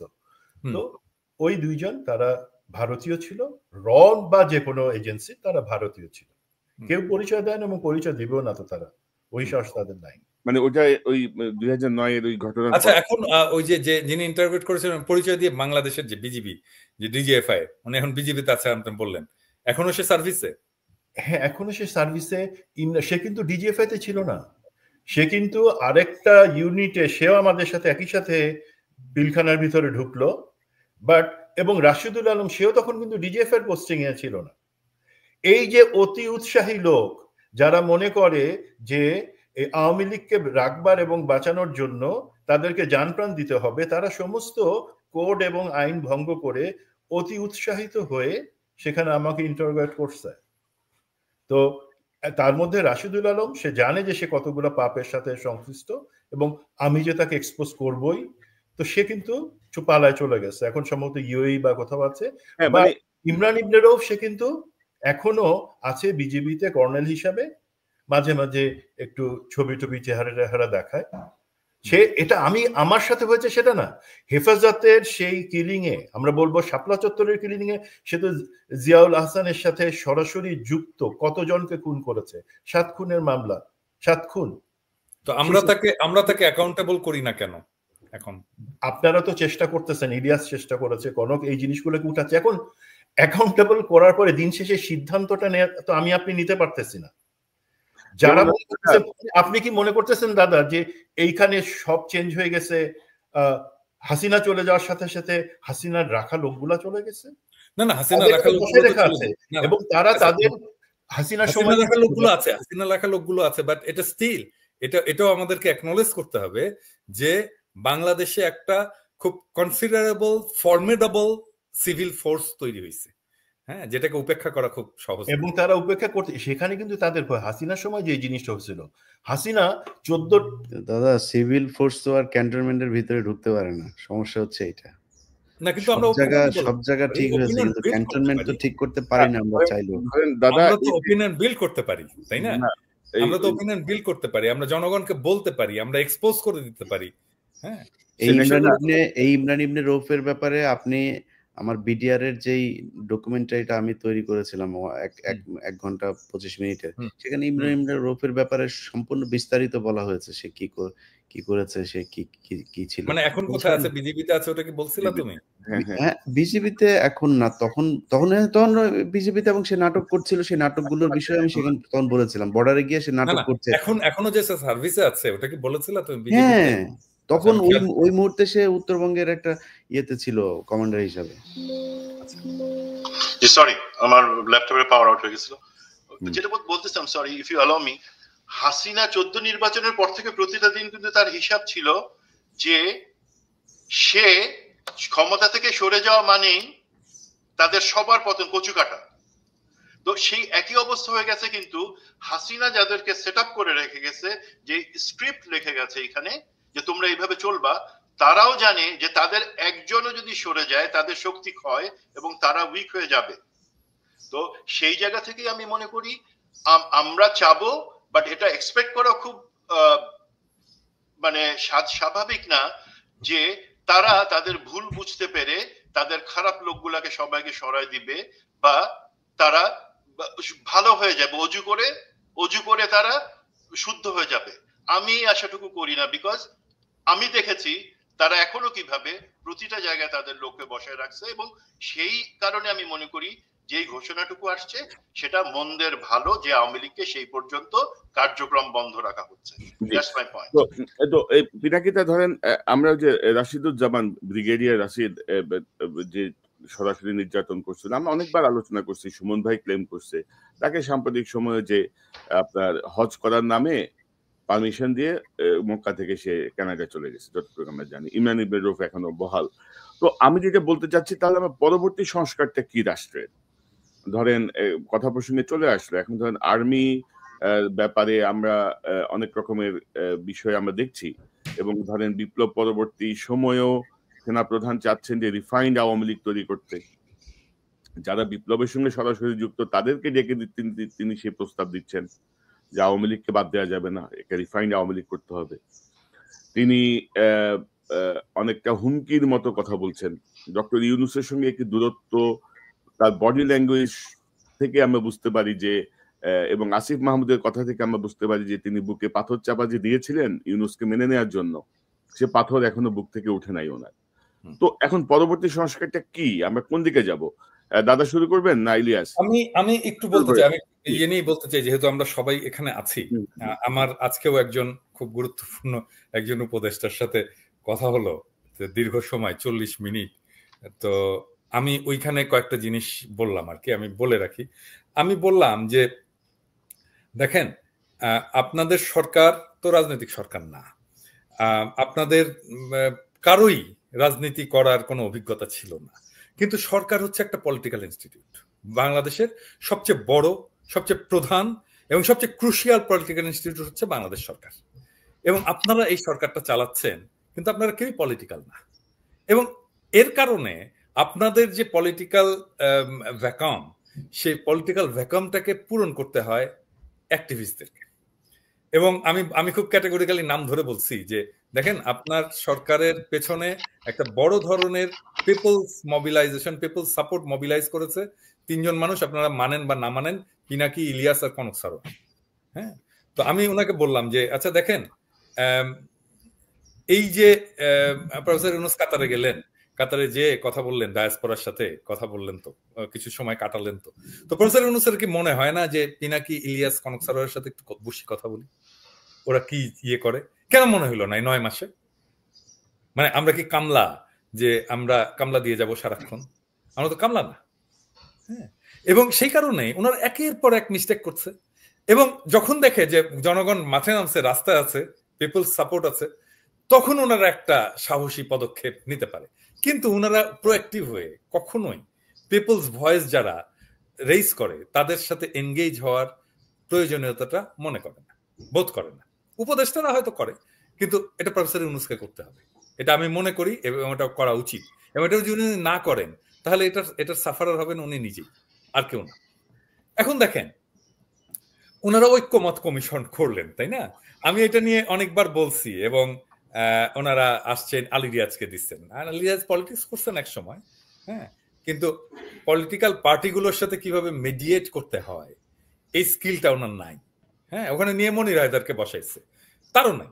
হ্যাঁ, তো ধরেন আমরা চাচ্ছি যে এই ছোট ছোট ছোট ছোট ছোট ছোট জিনিস। আমার বিএনপির একজন খুব গুরুত্বপূর্ণ নেতার সাথে কথা হইল, উনি বলতেছেন যে এই যে দেখেন, মানে অনেকে মনে করে যে বিএনপির সাথে আমার অনেক গ্যাপ এবং বিএনপির সাথে আমার খুব সারাক্ষণ মারপিট চলে, তা কিন্তু না। মানে বিএনপির ধরেন গুরুত্বপূর্ণ নেতারাও মাঝে মাঝে ফোন করেন, পরামর্শ নেন, কথা বলেন, এক্সচেঞ্জ করেন, এবং ওনাদের সাথে যখন কথা হয় আমার, তখন কিন্তু আমার কোনো আর্গুমেন্টকে ওনারা ফেলে দেন না, ওনারা অ্যাকসেপ্ট করেন, গ্রহণ করেন, সিরিয়াসলি নেন। ধরেন আমি বললাম যে দেখেন, এই যে ঐক্যমত কথাটা হচ্ছে, এটাই আমাদের পরবর্তী, আমাকে বলছে সংস্কার কি, মানে এই যে ধরেন 18 বছর কি 16 বছরের নাকি 17 বছর ভোটের সময়, এটা কি সংস্কারের একটা গুরুত্বপূর্ণ? আমি বললাম এটা সংস্কারের গুরুত্বপূর্ণ কোনো এলিমেন্ট না। আমি যে সংস্কারটা চাই সেটা আপনিও চান, কিন্তু আসলে আমরা বলতে পারতেছি না, বিএনপির ল্যাঙ্গুয়েজে বলতে পারতেছি না। সেই জন্য বিএনপি মাঝে মাঝে এদিকে সরে যাচ্ছে, ওইদিকে সরে যাচ্ছে, এদিকে যাচ্ছে, ওদিকে যাচ্ছে, মনে করতেছে, সন্দেহ করতেছে। আমি বলছি যে দেখেন, আমাদের সংস্কারগুলো কি কি হইতে হবে। আমি খুব সিম্পল, এই 2 দিন আগে আমার এই কানে গেলাম, এখানে বিএনপির ছেলে পেলে, ইয়াং ছেলে পেলে, সব ব্রাইট ছেলে পেলে, অনেক কাজ করে, কানে কাজ করে। তো হঠাৎ করে আমাকে দেখছে রাস্তায় আর কি, তারপরে দেখে এসে দৌড়ে এসে ধরছে বেশ কয়েকজন, মানে 10-12 জন। হ্যাঁ, তো এসে বলতেছে যে দাদা এরকম আমরা বিএনপি করি, আমরা আপনার ইয়ে শুনি, কিন্তু মাঝে মাঝে বিএনপির খুব রাগ হয় আমাদের। তা আমি বললাম যে আমারও তো হয়, হ্যাঁ, বিএনপি আমাদের রাজপথের এলাই ছিল, আমারও তো রাগ হয়। আমি ওদেরকেই বললাম, ওদের সাথে আলাপ করেই কিন্তু কথা বলতেছি, কথা বলতে বলতে বলতে বলতে ওই জিনিসগুলো চিন্তা করো। আমি বললাম যে দেখেন, আমি যে সংস্কারটা চাই, এটা আমি আপনাকে বলি, এটা বিএনপিও মানবে, কিন্তু এটা বিএনপিকে বলা হচ্ছে না এইভাবে। প্রথম জিনিস, ধরেন আমরা 2024 সালের নির্বাচনটাকে আমরা অবৈধ ঘোষণা করি, হ্যাঁ, তাতে কি হবে? তাতে শেখ হাসিনার সরকারটা দখলদার সরকার হিসেবে ঘোষিত হবে, তাই না? তাহলে কি হবে? অবৈধ ঘোষণা করলে শেখ হাসিনার সরকার দখলদার সরকার হলো, তাহলে আমাদের জুলাই বিপ্লবে আমরা যা যা করেছি, হ্যাঁ, সবকিছু বৈধ হয়ে যায়। এবং আমরা একটা দখলদার বাহিনীর সাথে ফাইট করেছি, তাহলে কি আওয়ামী লীগ বলেন, এই বলেন, কথা কামাল বলেন, ওটা সেটা, এই যে বিএনপির ফজলুর রহমান ইত্যাদি ইত্যাদি, যারা তারা যেটা বলতেছে যে পুলিশ হত্যা অমুক তমুক নবনীতা বলতেছে না, সবকিছু থেকে আমরা ইমিউন হয়ে যাই। হ্যাঁ, কারণ আমরা দখলদারের সাথে তো ফাইট করব, তাদেরকে মারবো, ওরা আমাদেরকে মারবে। তাহলে শেখ হাসিনার সরকার একটা দখলদার সরকার এবং শেখ হাসিনার বাহিনী একটা দখলদার বাহিনী হিসেবে আমরা স্ট্যাবলিশ করে ফেলতে পারি। বিএনপি এটাতে আপত্তি করবে? কখনোই করবে না, তাই না? 2 নাম্বার, সংস্কার প্রশ্নে সংবিধানের এইটা সেটা অমুক তমুক ধর্মনিরপেক্ষতা ওটা সেটা প্রচুর ছোট ছোট ছোট ছোট ছোট জিনিস। আমি বলছি যে আমি জিয়াউর রহমানের সংবিধান চাই। জিয়াউর রহমান যেটা ক্ষমতায় এসে এনাক্ট করছিলেন, আমি ওই সংবিধান চাই। মানে দেখেন, এটাতে আমার আমার আমার চাওয়াটাও হয়ে যায়, কারণ আমি তো প্রেসিডেন্সিয়াল সিস্টেমের পক্ষের লোক। হ্যাঁ, সো আমি যদি প্রেসিডেন্সিয়াল সিস্টেমটাকে এনাক্ট করতে চাই, আবার ফিরে আনতে চাই, তাহলে জিয়াউর রহমানের সংবিধানটাই ফ্যান্টাস্টিক। ওইখানে আছে, জিয়াউর রহমান নিজেও প্রেসিডেন্ট ছিলেন। এটা কি বিএনপি না মানবে? এটা হবে? হবে না, বিএনপি এটাও মানবে। তাহলে দেখেন, আমরা দুইটা খুবই বড় সংস্কার করে ফেলতে পারবো এবং এটা মানায় ফেলতে পারবো। আমার এত মিটিং এরও দরকার নাই, একটা 5 মিনিটের কথা এটা সবাই মেনে ফেলবে। এইরকম আমরা যদি, আমি তো 2টা বললাম, আমরা যদি চিন্তা করে আরো 2টা বের করি এরকম এবং প্রেজেন্ট করতে পারি প্রেজেন্টেবল ওয়েতে, তাহলে দেখবেন আমাদের সংস্কার নিয়ে এত মূলামূলি আর থাকবে না, এটা সিম্পল হয়ে যাবে। দাদা ধরেন আপনি যেগুলো বলছেন এগুলো ধরেন কি বলবো, এটা ধরেন একটা দীর্ঘমেয়াদী একটা প্রক্রিয়া বা একটা ঐক্যমত্য বা এরকম একটা বিষয় এবং খুবই গুরুত্বপূর্ণ। কিন্তু আমি যদি বলি যে ধরেন আওয়ামী লীগের কার্যক্রম নিষিদ্ধ করা 9 মাসে তারা কোনো সিদ্ধান্ত নিতে পারলো না। 9 মাস পরেও এই যে 11 বছর আগে গুম হওয়া সুমনের বাসায় ওয়ারেন্ট যায়, যেই মামলাগুলো 3 মাসের মধ্যে সকল মামলা এবং ওয়ারেন্ট বাতিল হয়ে যাওয়ার কথা, 9 মাস ধরে তারা এখন লম্বা লম্বা সরি বলে যে আমাদের ভুল হয়েছে। এখন পরবর্তী ছাত্রদের পদক্ষেপ কি হওয়া উচিত? আমরা কি সেনাবাহিনী সংস্কারের দিকে যাব? আমরা কি বিচার সংস্কারের দিকে যাব? আমরা কি মিডিয়া সংস্কারের দিকে যাব? অর্থাৎ যা দেখছি যে রাজপথ থেকে দাবি উত্থাপিত না হলে বা একটা মুভমেন্ট তৈরি না হলে কারো কর্ণকুহরে কিছুই ঢুকবে না। তো আমি এই প্রসঙ্গটা নিয়ে আসছি। ইলিয়াস, আপনি কি মনে করেন যে সংস্কারের পরবর্তী পদক্ষেপটা কি হওয়া উচিত? মানে ছাত্রদেরকেই যদি আমরা বলি যে ছাত্র জনতাকেই রোল প্লে করতে হবে, কারণ আনফরচুনেটলি উপদেষ্টা পরিষদে বিপ্লবের সঙ্গে সংস্পর্শহীন বিপ্লব বিবর্জিত মানুষরা বসে আওয়ামী লীগের দালালি করছে। কেউ কেউ নিজেদের আখের গোছাচ্ছে, কেউ কেউ বুঝতেই পারছে না যে তাদেরকে কেন সেখানে বসানো হয়েছে। আপনি কি মনে করেন পরবর্তী সংস্কারের পদক্ষেপটা কি হওয়া উচিত? দাদার সাথে আমার এই গত 5-6 দিন আগে যে কোনো একজনের ছাত্র নেতাদের যে কোনো একজনের আমরা 3-ওয়েতে লাইনে ছিলাম। তো তার কাছে যেটা আমরা শুনলাম যে ছাত্ররা আসিফ নজরুলের ব্যাপারে ডক্টর ইউনূসকে জানিয়েছেন যে ডক্টর ইউনূস যেন আসিফ নজরুলের কোনো বক্তব্য ছাত্রদের বক্তব্য মনে না করেন, এটা তাকে নিশ্চিত করে দিয়ে এসেছেন এবং এই ব্যাপারে তাকে সতর্ক করে দিয়ে এসেছেন যে স্যার, আসিফ নজরুলকে আমরা মানি না, তিনি আমাদের বিরুদ্ধে কাজ করছেন, এটা বলে এসেছেন। এখন ধরেন আমি 2024 সালের আগস্টের পরপরই আমি আসিফ নজরুলের ব্যাপারে বলেছিলাম, কারণ আমার কাছে যে তথ্য ছিল, যাদের কাছে যা যা ব্যাপারে কথা হতো, তাদের সাথে যেটা পরিষ্কার হয়েছিলাম যে আসিফ নজরুল এখানে আওয়ামী লীগের একটা রিপ্রেজেন্টেটিভ হিসেবে, ভারতের একটা রিপ্রেজেন্টেটিভ হিসেবে প্রথম আলো তাকে এখানে বসিয়েছে। এখন আমরা ধরেন 5 তারিখের আগে কিন্তু সবাই দিশেহারা, কে কি করবে, কি হবে, হাসিনা যে যাবে কি যাবে না, কারোর কোনো প্রস্তুতি ছিল না, থাকার কথাও না। ভারত কিন্তু ঠিকই এই ওয়াকার থেকে শুরু করে সেনাবাহিনীর কয়েকজনকে নিয়ে, আসিফ নজরুলদেরকে নিয়ে দফায় দফায় বৈঠক, কি হবে, কিভাবে কি করা হবে, প্রথম আলো এদেরকে বসানো হয়েছে যে কিভাবে সরকার চলে গেলে কারা কোথায় আসবে। তারা কিন্তু সেভাবে তাদের প্ল্যান ওয়েতেই কিন্তু সেটা করেছেন। এবং তখন যদি আসিফ নজরুলকে নিয়ে যখন আমি কথা বললাম এবং ক্যান্টনমেন্টের ভেতরে এই কনস্পাইরেসি গুলো যখন তুলে ধরলাম, সেটা যদি ছাত্ররা যদি আমার সাথে একই সুরে কথা বলতো, তাহলে কিন্তু আজকের এই পরিস্থিতি তৈরি হতো না। কিন্তু সেই ছাত্ররা কিন্তু বলল, অথচ একজন উপদেষ্টা ছিলেন আসিফ মাহমুদ, তিনি কিন্তু আসিফ নজরুলের পক্ষ নিয়েছিলেন তখন, অথচ তারপরে কিন্তু তারাই কিন্তু সে এবং সাজিস তারাই কিন্তু পরস্পর বিরোধী বক্তব্য দিলেন। হাসনা তো আরেক ধরনের বক্তব্য দিলেন, আরেক ছাত্র নেতা আরেক ধরনের বক্তব্য নিলেন যে আসলে 5 তারিখ কি হয়েছিল, 4 তারিখে কি ঘটেছিল, কিভাবে তারা ক্যান্টনমেন্টে গেলেন, আসিফ নজরুল কিভাবে প্রধান উপদেষ্টা থেকে আইন উপদেষ্টা হলেন, এগুলো নিয়ে তারা পরবর্তীতে অনেক ধরনের আলাপ করেছে।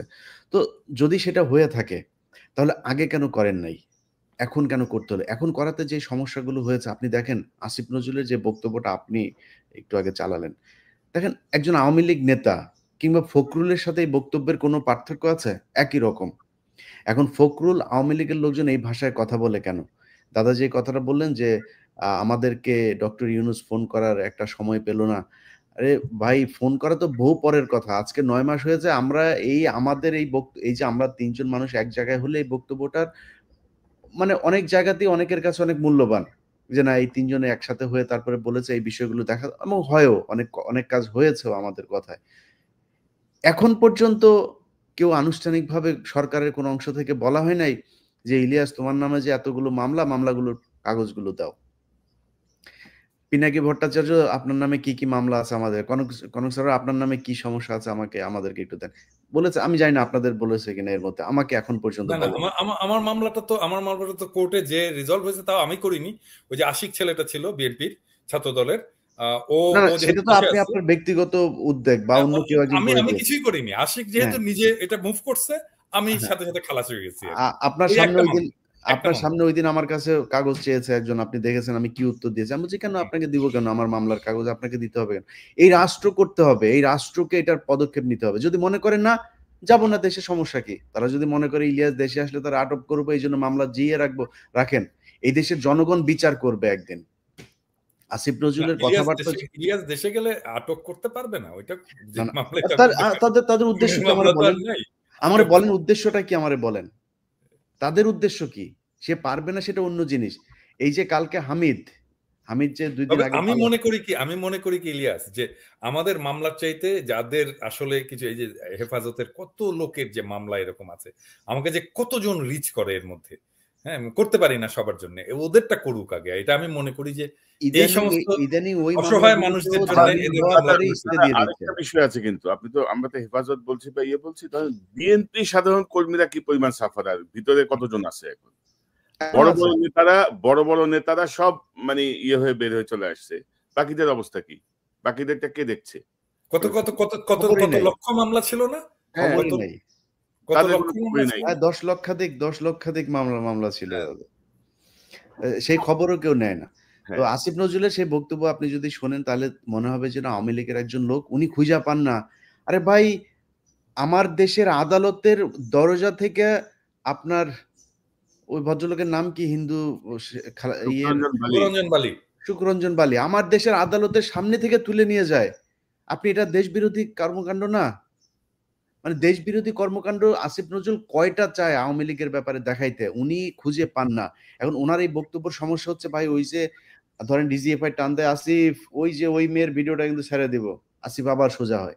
আসিফের কিন্তু খুব মনে চায় আমাদের মতো করে এই জনগণের সাথে থাকতে, ওনার যে ভালোবাসা জনগণের কাছ থেকে পেতেন, সেটা পাইতে আমার বিশ্বাস ওনার খুব ইচ্ছে করে এটা পাইতে। ডিজিএফআই কি এটা করে এখন? ইলিয়াস, এটা আমার আসলে জানা দরকার। ডিজিএফআই কি এটা করে? ডিজিএফআই না করলে করে। ডিজিএফআই তে যদি ডিজিএফআই থেকে তো এখন একটা রিফাইন্ড ডিজিএফআই হয়েছে, এখানে অনেকেই এখন ভালো। ডিজিএফআই অস্বীকার করে, ডিজিএফআই কিন্তু অস্বীকার করে যে আমরা এই কাজগুলো করি না দাদা, খুব বিনয়ের সাথে বলে যে দাদা আমরা কিন্তু এখন এই কাজগুলো একেবারেই করি না। দাদা লেজ আছে না, লেজ মাথা নাড়ে। শুনেন, এই যে আমাদের এখানে সুন্দর চেহারা সুমন ভাই একজন বসে আছেন, ঠিক আছে, এই যে স্মার্ট লোকটা, আপনি সেনাবাহিনীতে ভাই প্রশিক্ষণ প্রাপ্ত হিসেবে, এখন ওনারা আপনার সাথে যদি কোনো কথা বলে, কোনো ডিজিএফআই যেটা করে, হানি ট্র্যাপ বলেন আর যেটা বলেন, আপনারা যদি করে আপনি বুঝতে পারেন, তাহলে তো সেটা গোয়েন্দা হইলো না। গোয়েন্দারা তো সেইটাই করে যেটা আপনি বুঝবেন না, আমি বুঝবো না। আমরা নিজেরাও অনেক সময় গোয়েন্দাদের অনেক তথ্যে বিভ্রান্ত হই। আমি মেজর সুমন এবং কর্নেল মুস্তাফিজ, আমরা 3 জন মিলে 5 তারিখের পরেই একটা শো করছিলাম। আমাদের কাছে খবর ছিল যে বিভিন্ন উপদেষ্টা এবং রাজনৈতিক নেতাদেরকে হানি ট্র্যাপ করা হচ্ছে, এবং তার মধ্যে ধরেন আসিফ নজরুল, তার বিষয়টাও কিন্তু আসছিল, এবং ইলিয়াস যখন প্রথম আসিফ নজরুলের একটা টেলিফোন অডিও কথোপকথন যখন তার হাতে আসে, তখন আমি ইলিয়াসকে বলছিলাম তুমি একটু হোল্ড করো, কারণ আমি একটু চেক ব্যাক করি যে বিষয়টা আসলে ট্র্যাপ করা হচ্ছে কিনা তাকে, মানে এটা কোনো ট্র্যাপের কোনো ইস্যু কিনা। যদি ট্র্যাপের ইস্যু হয়, যদি তাকে যদি কেউ ইউজ করার চেষ্টা করে, আমরা তার পাশে দাঁড়াবো, এরকম একটা ইয়ে ছিল। এবং ইলিয়াসকে দিয়ে আমি কিন্তু অনেকদিন একে হোল্ড করে আমরা আমাদের মতো করে চেক ব্যাক করছি। পরে দেখলাম যে না, আসিফ নজরুল এটা অন্য তরিকায় যাচ্ছে আর কি। তো আমাদের কিছু করার ছিল না। এবং দাদা ওইটা আপনার যে কোশ্চেন, ওই কোশ্চেনের প্রমাণ এইখানে দেখেন। আমি কিন্তু সেই অডিওটা ছাড়ি নাই প্রথমে, কিন্তু আমাকে টেলিগ্রামের একটা নাম্বার থেকে সেই ভিডিওটা দেওয়া হয়েছে, এবং আমি জানি যে ডিজিএফআই যদি কোনো কিছু দেয় গোয়েন্দা সংস্থা, সেটার একটা সিস্টেম আছে, ওই সিস্টেমেই দেয়। আপনাকে দিয়ে বলবে প্লিজ ওয়াচ ইট, এরকম বলে আপনার ছোট একটা টেক্সট দিয়ে রাখবে।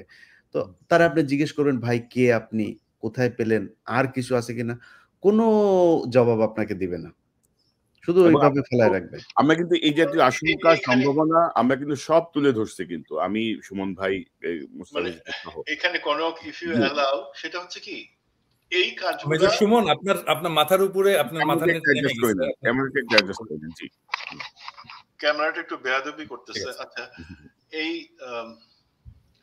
বিভিন্ন দেশের রাষ্ট্রীয় যে গোয়েন্দা সংস্থার প্রতিরক্ষা, তারা কিন্তু এই কাজগুলো করে, অনেকটাই করে কি, ধরেন আপনি এই যে ভারতের সেন্সিটিভ ইনফরমেশন গুলা কিন্তু আইএসআই জোগাড় করছে হানি ট্র্যাপ করাই, সেটা আমরা জানি, খুব সুন্দর স্টোরি। এখন পার্থক্য কি, শেষ তার শত্রু বা সম্ভাব্য শত্রু দেশের সম্পর্কে সেই জিনিসগুলো করে, তথ্য আদায়ের জন্য, নিজস্ব নিরাপত্তার জন্য এগুলা করে, যে তাদের সেন্সিটিভ ইনফরমেশন যাতে বাইরে না যায়, কাউন্টার এসপিওনাজ। ভাই আমার নিজের দেশের লোকের এগেইনস্ট আমি কেন সেটা করবো? That's the question. যেই ডিজিএফআই করে কি করে না, যে কোশ্চেনটা আসছে, সেটা আমি নিশ্চিতভাবে আমি আপনাদেরকে বলি, হ্যাঁ করে আসছে। এখন কতটুকু কমে গেছে, জেনারেল জাহাঙ্গীর সেখানে আছে, অ্যাপারেন্টলি সে এই চেঞ্জ গুলার মধ্যে আছে যে এই জিনিসগুলো আমরা করব না। তুমি করো, ডিজিএফআই হিসেবে তুমি আমাদের যেই দাদা দেশ আছে, অন্য দেশ আছে, তাদের সাথে করো, নো প্রবলেম। আমাদের নিজেদের নাগরিকের উপরে সেই জিনিসটা তুমি করবা না, এইখানে ফুল স্টপ। রাইট। তবে আপনার ধরেন আমরা কিন্তু দাদা প্রথম থেকে কিন্তু ধরেন উপদেষ্টা যারা ছিল, মানে যেই ঢুকুক সেনাবাহিনী, প্রত্যেকটা জায়গায় কিন্তু আমাদের একটা সাপোর্ট ছিল। আমরা চেষ্টা করছিলাম যে না, একটা পরিবর্তন। এখন যত দিন যাচ্ছে না, তারাই তাদের চেহারা আস্তে আস্তে সামনে নিয়ে আসছে, এবং আমরা কিছু করতে পারছি না। মানে আমাদের জায়গাগুলোতে আমরা যুক্তিবদ্ধভাবে এগুলো মেনে নিতে পারছি না, যার জন্যই আমাদেরকে অনেক কথা বলতে হচ্ছে, এবং আমরা আবার অনেকে পাওয়ার ক্ষমতার স্বাদ পেলে তখন সবার চেহারাই বদলে যায় আর কি। আমি জানি না আপনারা কনক সারোয়ার যখন মন্ত্রী টন্ত্রী হয়ে যাবে তখন আবার কি হয়, দেখতে হবে আর কি। তো এখন দাদা আমি যে প্রসঙ্গটা আনতে চাচ্ছিলাম, যে আমাদের আসলে এখন পরবর্তী স্টেপটা কি হবে? আমরা কি সেনাবাহিনী সংস্কার চাইবো? কারণ ধরেন ইলিয়াস বা আপনাদের মধ্যে কে একজন বলছিলেন যে এই যে হাসিনা যে পাঠানো হয়েছে, এটা কিন্তু হুট করে পাঠানো হয়নি, এটা কিন্তু আরো 4-5 দিন আগে থেকে কিন্তু মোটামুটি তারা টের পেয়ে গেছে, বিশেষ করে পার্শ্ববর্তী দেশে গোয়েন্দা সংস্থা সহ। এবং আমরা যতটুকু জানি 2-3 তারিখ থেকে মোটামুটি প্রস্তুতি নেওয়া হয়েছে, হাসিনা কোথায় যাবে, কিভাবে এখানে সরকার হবে, কারা কারা থাকবে, এরকম একটা ধারণা তখন থেকে তৈরি করা হয়েছিল। তো মেজর সুমন, আপনি কি মনে করেন, ধরেন সেনাবাহিনীতে আমি যেটা দেখছি যে এক খুনি জিয়াউল হাসানের উপর দিয়ে কি পুরো সেনাবাহিনীকে পার করে দেওয়ার চেষ্টা চলছে? মানে একজনের দিয়ে বাকি সব কি মানে সাবস্ক্রাইব করে দেওয়ার চেষ্টা চলছে? বা এই মুহূর্তে কি সংস্কার বা কি হইতে পারে, মানে আওয়ামী লীগ এর কার্যক্রম নিষিদ্ধ, এখন পরবর্তী বিষয়টা কি মনে করেন আপনি? সেনাবাহিনীর দিকে কিন্তু মানুষের অনেকের দৃষ্টি, বিশেষ করে ওয়াকার সাহেবের বিভিন্ন সময়ের যে কার্যক্রম, সবকিছু মিলিয়ে আপনার পর্যবেক্ষণটা কি? আপনি কি মনে করেন কি করা উচিত এখন? জি, প্রথম যেই জিনিসটা হচ্ছে, আমি বাকি, কারণ সেনাবাহিনীর শুধুমাত্র সেনাবাহিনীর সংস্কার করে তো কিছু হবে না, তার সাথে আমরা যেটা প্রশাসন, বিচার ব্যবস্থা, আমাদের বিদ্যমান আইনের সংস্কার, যেটা মানে আইন তো আছেই, সেটাকে কিভাবে জুডিশিয়াসলি প্রয়োগ করা যায়, সেই জিনিসগুলো সংস্কারের, সেটা নিশ্চয়ই আপনারা বলবেন বা সেটা ধরে নেই সেগুলা হবে। তাহলে সেনাবাহিনীর দিক থেকে সংস্কারের আগে যে জিনিসটা আসলে দরকার, সেটা হচ্ছে আমরা কি এই 5ই আগস্টের পরে সেনাবাহিনী অথবা সশস্ত্র বাহিনীর কোন দিক থেকে কোনো বক্তব্য আসছে যে আমরা খুনি স্বৈরাচারী পতিতা হাসিনার এবং তার দল বা প্রশাসনের চাপে পড়েই বাধ্য হয়ে, যেহেতু আমাদেরকে নিয়ম অনুযায়ী সরকার প্রধান বা প্রতিরক্ষা বাহিনীর প্রধানের কথা শুনতে হয়, সেই কারণে আমাদেরকে আমরা এই অন্যায়গুলা হয়েছে যেগুলার জন্য আমরা অনুতপ্ত, এবং সেই জায়গা থেকে আমরা চাই ভবিষ্যতে আমরা যে পথটুকু চলবো সেখানে আমরা জনগণের আস্থা নিতে চাই। তারা সংস্কার কতটুকু করবে তার আগে তারা কি এই তাদের মাইন্ডসেটটা যে স্বীকার করে নেওয়া যে অন্যায় হয়েছে, খারাপ কিছু হয়েছে, যেটা একটা জাতীয় সেনাবাহিনী, সেটা তো শুধু আমি সেনাবাহিনীর সদস্যতা না, আমাদের সবার সেনাবাহিনী, সেই সেনাবাহিনী কি সেই জিনিসটা স্বীকার করেছে, সেটা ইম্পর্টেন্ট। যখন সে এই জায়গাটাতে স্বীকার করবে যে আমরা এই অন্যায় করেছি, এই অন্যায়গুলা আমি করি নাই, বাট আমাদের বাহিনী তার দায়িত্ব এড়াইতে পারে না, তখন কিন্তু সে সংস্কারগুলা আইডেন্টিফাই করতে পারবে ব্যত্যয়গুলা কোথায় কোথায় হয়েছে, আমাদের কি করবার কথা, তার বাদে আমরা তার বাইরে কি কি জিনিসগুলো করেছি, কেন করেছি, সেটা কি অ্যাভয়েড করার কোনো উপায় আছে কিনা, সেগুলা সে করতে পারবে। প্রথম কথা, রাওয়া যেটা রিটায়ার্ড আর্ম ফোর্সেস অফিসারদের একটা অ্যাসোসিয়েশন, সেখানে কিন্তু একটা আলোচনা হয়েছে যেখানে মাহমুদ ভাই জয়েন করছিলেন সপ্তাহ 3 আগে। সেখানে যে পেপারটা হচ্ছে সেখানে কিন্তু এই জিনিসটা আসছে হালকা ভাবে, বাট আমি যে জিনিসটা বলতে চাই এবং সেখানকার অফিসারদের গ্রুপের কথাবার্তা গুলা শুনে আমার মনে হয় যে সংস্কারের ব্যাপারে যে সেনাবাহিনীতে সংস্কারটা হওয়া উচিত, আমাদের সার্ভিং রিটায়ার্ড সমস্ত অফিসাররা কিন্তু সেটা বুঝেন। এখন তারা মনে করছেন রাজনৈতিক প্রভাব মুক্ত একটা সশস্ত্র বাহিনী তারা চান বা বলছেন, বাট আমার কথা হলো আমাদেরকে কিন্তু flip side of the coin সেখানেও তাকাতে হবে। আমরা গত 30 বা 40 বছরে কি দেখছি, শুধু রাজনৈতিক প্রভাবমুক্ত সেনাবাহিনীর কথা বললে হবে না, সেনাবাহিনীর প্রভাবমুক্ত রাজনৈতিক পরিবেশ সেটাও কিন্তু আমাদের আলোচনা করতে হবে। তো আমার মনে হয়, কারণ আমরা দেখছি তো সেনাবাহিনী কিভাবে ইন্টারফেয়ার করে বা করেছে। সেনাবাহিনী ইন্টারফেয়ার করতে পারে যখন জাতীয় দুর্যোগ বা সেই ধরনের জায়গাগুলোতে আমরা আসবো, জনগণ চাবে।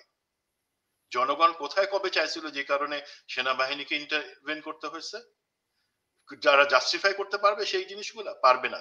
সুতরাং সংস্কারের ক্ষেত্রে প্রথম জিনিস হলো আমাদের মিলিটারি লিডারশিপকে উপলব্ধি করতে হবে এবং বলতে হবে যে ব্যত্যয় হয়েছে, অন্যায় হয়েছে, আমরা নিয়মের বাইরে গিয়ে একটা ফ্যাসিবাদী স্বৈরাচারী খুনি সরকারকে শুধু সাহায্য ক্ষমতায় টিকে থাকতে সাহায্য করি নাই, বরঞ্চ আমাদের কিছু কিছু লোক সেই ক্ষেত্রে সেই অন্যায়গুলোর সাথে জড়িত ছিল, স্বীকার করিনি আমরা, সেইটা আমরা স্বীকার করি নাই। তাহলে হবে কি, প্রথম জিনিস আমি বললাম যে না, যারা করছে তারা আউট, আমরা সেটার সাথে নাই, আমরা এখন সংস্কার করব যারা সংস্কার পন্থী বা আমরা চাই দেশের জনগণের আকাঙ্ক্ষাতে বাস্তবায়ন করতে। দেন প্রথম জিনিস হচ্ছে এই জায়গাটা যে আমাদেরকে চিন্তা করতে হবে রাজনীতির প্রভাবমুক্ত সেনাবাহিনী কিভাবে আসে, এবং একই সাথে আমরা রাজনীতিতে হস্তক্ষেপ করব না, যেটা পিনাকিদা বললেন, ইলিয়াস বললো যে কেন ভাই আমি এই ছেলে পেলেকে বাচ্চার সাথে পলিটিক্যাল লোকজনকে বাসায় দাওয়াত করে করে খাওয়াবো, পিকনিক ফুর্তি করব, আমার তো সেটা কাজ না। আমি ওই জায়গা, ওইটা আমার দায়িত্ব না, আমার অন্য অনেক দায়িত্ব আছে। তো সেই জায়গাগুলোতে কিভাবে আমরা অ্যাভয়েড করব, একটা প্রফেশনাল সেনাবাহিনী হিসাবে থাকবো, সেটা আমাদেরকে নিশ্চিত করার জন্য চিন্তা করতে হবে এবং প্রস্তাবনা রাখতে হবে। 3 নাম্বার যে জিনিসটা করতে হবে, আমাদেরকে যে সার্ভিস চিফস আছেন তাদের নিয়োগের ব্যাপারে অবশ্যই একটা, সেটা শুধু সেই জন্য না, অন্য অনেক গুরুত্বপূর্ণ বিষয়ের জন্য আমার মনে হয় সরকারকেই পদক্ষেপ নিতে হবে একটা জাতীয় নিরাপত্তা কাউন্সিল বা ন্যাশনাল সিকিউরিটি কাউন্সিল তৈরি করা, যার মাধ্যমে সেখানকার ব্যক্তি আবার কারা হবেন সেটাও কিন্তু একটা ঐক্যমত্যের ভিত্তিতে আসতে হবে যে এই ধরনের লোক সেখানে আসতে পারবে। সেই ন্যাশনাল সিকিউরিটি কমিটি যে service chiefs army, navy, air force তাদের নির্বাচনের ব্যাপারে সিদ্ধান্ত নেবেন, এবং সে আর অফিসারদের যে প্রমোশন বা অফিসারদের নিয়োগ বিভিন্ন সংস্থায় সেটা কিভাবে হয়েছে আমরা দেখছি। আতি পাতি আওয়ামী লীগের নেতা ফোন করে বলছে আমার শালা, আমার ভাই, আমার বাপ, তার এই জায়গায় দেন, তারা হয়ে গেছে কি, সে আওয়ামী লীগের সাথে লোক। কিন্তু সুমন ভাই ধরেন এই 5ই আগস্টের পরে যে পরিবর্তনটা আসার দরকার ছিল, যেটা আমি বলছিলাম যে এক জিয়াউল হাসান ছাড়া আর কেউ অপরাধ করে নাই, এক জিয়াউল হাসান ছাড়া আর কোনো অপরাধী নাই, আর কোনো হত্যাকারী নাই, আর কোনো ক্রিমিনাল নাই, আর কোনো আয়নাঘরের দোষরা নাই। এখন আপনি যদি কথা বলতে গেলে তো আপনি শুনবেন যে ফুল স্টপ, এখানে কোনো বাট বা ইফ নাই, বুঝছেন না, ইফ বা বাট নাই। তো এই সংস্কারটা কি, মানে আমার কথা হচ্ছে যে আপনি যেটা বলছেন এটা দীর্ঘমেয়াদী সংস্কার, এগুলো সব দীর্ঘমেয়াদী প্রসেস। আমার এখন কুইক কি পদ্ধতিতে যাব, আমি বিপ্লবের পরে আমি কি পাইলাম, আমার কি পরিবর্তন হইল, আমি আসি আপনার কাছে। দাদা আপনি একটু অ্যাড করেন। আচ্ছা, এখানে আমার খুব স্পেসিফিক কিছু আলাপ আছে যে সংস্কার প্রশ্নে আর কি। এটা আমি দুই ভাগে ভাগ করতে চাই, সংস্কার আমাদের কি কি দরকার এবং আমরা কোন সংস্কারগুলো করে ফেলতে পারি। যেমন আমি একটা সংস্কার কমিটির সাথে ওতপ্রোতভাবে যুক্ত ছিলাম, সেটা স্বাস্থ্য। আমি মেম্বার ছিলাম না, কিন্তু স্বাস্থ্য এখানে যারা মেম্বার ছিলেন তারা আমার সাথে নিয়মিত যোগাযোগ রেখেছেন, বিভিন্ন ব্যাপারে সাজেশন নিয়েছেন এবং তারা ফর্মালিও আমার সাথে বসছেন। আমরা দীর্ঘ সময় আলোচনা করছি বিভিন্ন ইস্যুজ নিয়ে, এবং তারা যেই সংস্কারের যে প্রপোজালটা, কনসেপ্টটা তারা প্রপোজ করছে, এটা খুবই চমৎকার একটা প্রপোজাল। এটা যদি আমাকে রেট করতে বলেন, আমি এটাতে 100-র মধ্যে আমি এটাতে 99 দেবো আর কি। মানে আমি নিজেও যদি লিখতাম আমি এত ভালো লিখতে পারতাম কিনা আমি জানি না। খুবই এক্সটেন্সিভ, খুবই ওয়েল থট, খুবই মেটিকুলাস একটা কাজ হয়েছে। এখন দেখেন, এইটা যদি ইমপ্লিমেন্ট করতে চাই আমি 100%, কোন রাজনৈতিক দল এটাতে ইয়ে করবে না, বলবে না যে না এটা করার দরকার নাই, এটা আমাদের ইয়েতে না, এটা আপনি করতে পারেন না, এটা কেউ বলবে না, নো ওয়ান। হ্যাঁ, এর সবাই উৎসাহ দিবে। এখন প্রফেসর ইউনূসের যেটা উচিত সেটা হচ্ছে যে উনার এই স্বাস্থ্য বিষয়ক যে এটা ঐক্যমতে যাবে কেন, ঐক্যমতে যাওয়ার তো দরকার নাই, এইটা ইমিডিয়েট ইমপ্লিমেন্ট করা এবং রাজনৈতিক দলগুলোকে বলা যে দেখেন আপনারা তো এটা পড়েছেন, কোনো যদি মেজর অবজারভেশন থাকে আমাদেরকে দেন, আদারওয়াইজ এটা আমরা ফুললি ইমপ্লিমেন্ট করি। এখন ফুললি ইমপ্লিমেন্ট করার জন্য কি করতে হবে, যারা এটা লিখেছে, এই যে স্বাস্থ্য বিষয়ক যে সংস্কার কমিটির যে কমিশনের যে রিপোর্ট যারা লিখেছে, তাদেরকেই দায়িত্ব দেওয়া হোক। হ্যাঁ, তাদেরকেই দায়িত্ব দেওয়া হোক এটা ইমপ্লিমেন্ট করার জন্য, ইমপ্লিমেন্টেশন সেল তৈরি করা হোক, তাদেরকে এক্সিকিউটিভ পাওয়ার দেওয়া হোক। এবং দেখবেন যে এই লোকগুলো খুবই ভালো লোক, আমি চিনি, সবাইকেই চিনি, খুবই ঘনিষ্ঠ মানুষ, খুবই দক্ষ মানুষ, এরা পুরোটা ইমপ্লিমেন্ট করে দিতে পারবে কয়েক মাসের মধ্যে। তাহলে এই রকম যেই সমস্ত সংস্কারের ইস্যুস গুলো আছে, সেই ইস্যুস গুলো আমরা কি একেবারে ঐক্যমতের ভিত্তিতে, এটার জন্য আমার কোনো মিটিং করার দরকার নেই, ঐক্যমতের ভিত্তিতে আমি ইমপ্লিমেন্ট করে দিতে পারি এবং দেশের একটা র্যাডিক্যাল চেঞ্জ হবে। এবং স্বাস্থ্য বিষয়ক সংস্কার কমিটির যদি প্রপোজাল গুলো 100% ইমপ্লিমেন্ট, 100% লাগবে না, 70% যদি ইমপ্লিমেন্ট করা যায়, বাংলাদেশের হেলথ সেক্টর কমপ্লিটলি চেঞ্জ হয়ে যাবে, কমপ্লিটলি চেঞ্জ হয়ে যাবে, আমি গ্যারান্টি দিতে পারি। তো এইরকম ইয়েগুলো করে ফেলতে হবে।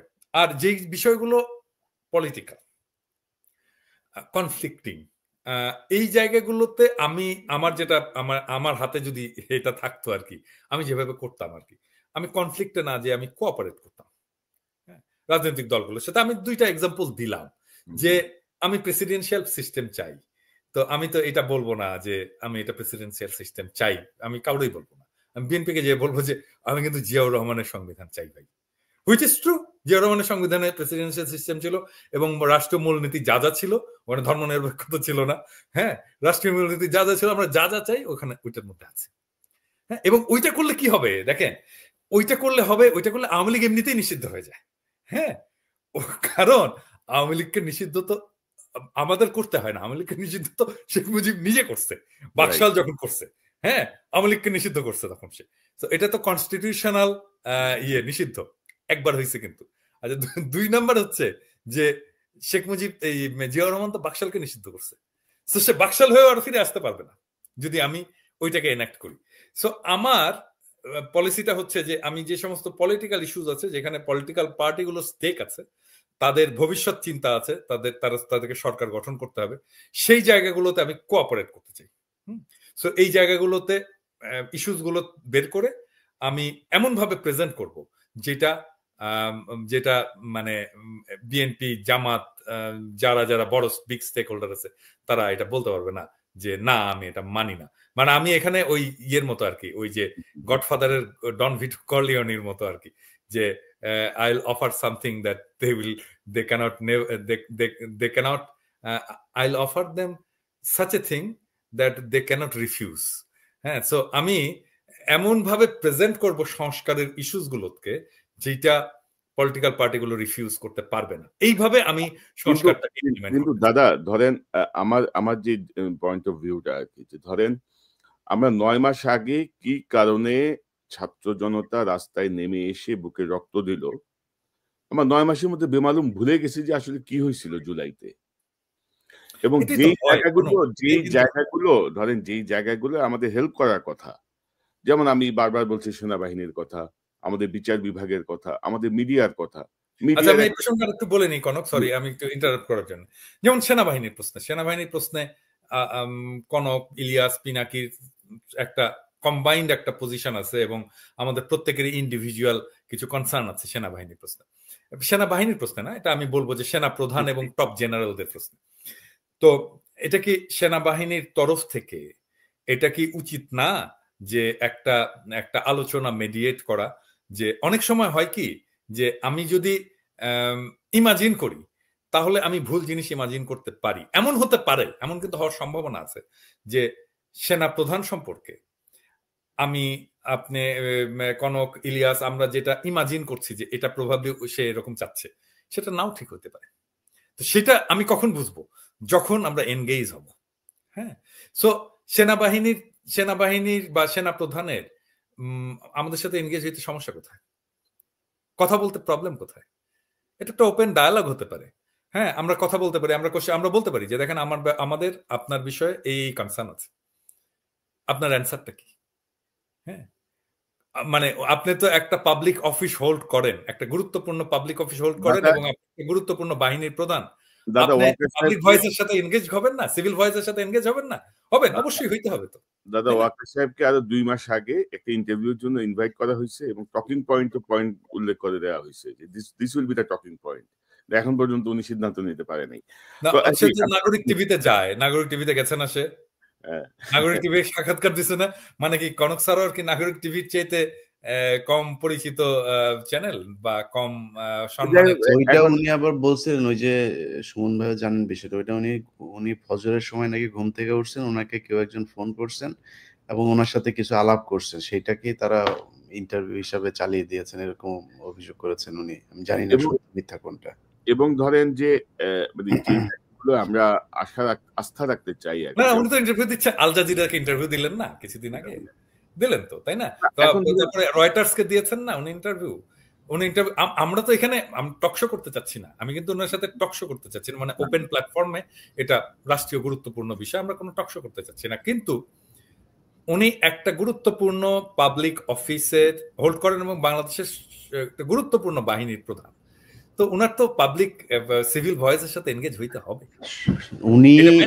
উনি কিছু জিনিস করে কিন্তু আমাদের সাথে ইন্টারঅ্যাক্ট করেন। কিভাবে করেন জানেন? অমুক অফিসারকে দিয়ে একটা পাঠায় দেয়, ওইটারে ইনায়া বিনায়া ওয়াকার হচ্ছে নামাজ পড়ে 5 ওয়াক্ত তাহাজ্জুদের সময় ওঠেন। আরে বেটা, তোরে যেদিন শেখ হাসিনা সেনাপ্রধান হিসাবে নিয়োগ দিছে ওই দিন তুই কাফের হয়ে গেছিস, তুই মুসলমান নাই, তো তুই নামাজ পড়ে লাভ নাই। তো তুই হাসিনা যেদিন তোরে বলছে তুই সেনাপ্রধান, তুই শেষ। না ইলিয়াস সার্টিফাইড, আর তোর নামাজ পড়ে লাভ নাই। ভাই যে কিনা আজকে কথাগুলো কেন বলছে সেটা হয়তো কনক ভাই বলতে পারবে 2-4 দিনের ভেতরে, আপনাদেরকে জানাবে। মানুষ না ভাই, ওরা হাসিনা করছে, ওই মানুষ না। আমি যে বিষয়টা বলছি যে ধরেন যে কোনো কারণেই হোক সেনাবাহিনী ধরেন টপ লেভেল তো নানা রকমের কাহিনী করছে, মিড লেভেলের প্রেসারে, সৈনিকদের প্রেসারে ধরেন সেনাবাহিনী যে রোলটা প্লে করছে, আমরা দেখলাম যে গত 9 মাসে তারা ক্রমশ তাদের সেই অবস্থানটাকে তারাই ক্ষতিগ্রস্ত করছে। যেই জায়গায় তাদের সহযোগী ভূমিকা থাকার কথা ছিল সেই জায়গাটায় তারা একরকমের কি বলবো, এক ধরনের একগুঁয়েমি আচরণ করছে। 25-30 জন খুনিকে রক্ষা করার জন্য, আমি যেটা বারবার বলছি যে এক জিয়াউল হাসান ছাড়া কি আর কেউ অপরাধ করে নাই? বাকিরা কোথায়? এক জিয়াউল হাসান ছাড়া কি আর অন্যদেরকে আপনি সেফ এক্সিট কিভাবে দিচ্ছেন? এই যে 627 জনের মধ্যে 144 জনের তালিকা আমার কাছে আমি দিয়েছিলাম, বাকিরা কোথায়? অনেকেই বলে যে, অনেক গোয়েন্দা সংস্থার সঙ্গে যুক্ত অনেকেই বলে যে, ভাই আমি নিজে হাতে অমুককে ধরছি, ধরে জমা দিছি। তারপরে সে কই গেল? এই ব্যাখ্যা আপনাকে দিতে হবে না? আপনি আপনি ফরেস্টার জেনারেল, আপনাকে আমি সেলিউট করব, আপনাকে ভয় পেয়ে আমি চুপ করে বসে থাকবো? আপনি আমাকে বলবেন যে কোনো বাট কিন্তু ইফ নাই, ফুল স্টপ। Is it? এই জন্য বিপ্লব করছি আমরা? এই জন্য বাংলাদেশ? দাদা কি বলেন? আপনি ধমকাবেন? আমরা মানবো সেটা? ওই দিন এই ভদ্রলোক এইভাবে কেন করলেন, এটা আমার কাছে কিন্তু এখনো রহস্য। আমি কিন্তু এটার উত্তরটা খুঁজে পাইনি। যে ওইটা রহস্যের কিছু নাই দাদা, ওইটার রহস্য শেষ হয়ে গেছে। ওইটা আমি কালকে হয়তো একটা ভিডিও আপলোড দিব। মুক্তিযোদ্ধা দলের, জাতীয়তাবাদী মুক্তিযোদ্ধা দলের যিনি এখন প্রেসিডেন্ট আছেন, সভাপতি উলফাত ভাই আসিফ নজরুলের খুবই পছন্দের মানুষ ছিল এক সময়, এখন তার সাথে সম্পর্ক নাই, দেখা আসিফ নজরুলকে পান না তিনি আর কি, ফোন টোন করে। তিনি বলছিলেন 5 তারিখের পরপরই বিডিআর এর এই মামলাটার ব্যাপারে তার কাছে যে ভাই বিডিআর এর এই বিষয়টা নিয়ে একটু করে। আসিফ নজরুল তাকে তখন বলেছেন, মানে 5 তারিখের এক সপ্তাহের মাথায় বলেছেন, না ভাই বিডিআর এর এইটা নিয়ে কোনো কাজ করা যাবে না, এটা বাদ, এটার ইস্যু তুলবেনই না। আসিফ নজরুল বলেছে।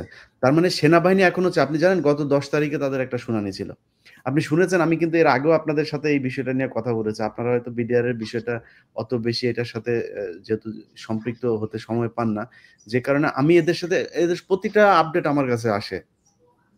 10 তারিখের এখানে একই অবস্থা, আগেও আপনাদেরকে যেটা বলেছি সেটাই করেছে বিচারক। একজনের বক্তব্য শুনে তিনি চলে গিয়েছেন, এবং ওই দিন বিডিআর এর পরিবারের সাথে খুব খারাপ ব্যবহার করেছেন, পিপি সহ আরো অনেকে। তো সেনাবাহিনী জোর করে যা মনে চাচ্ছে তাই করছেন, যা মনে চান তাই করার দিন বাংলাদেশে নাই।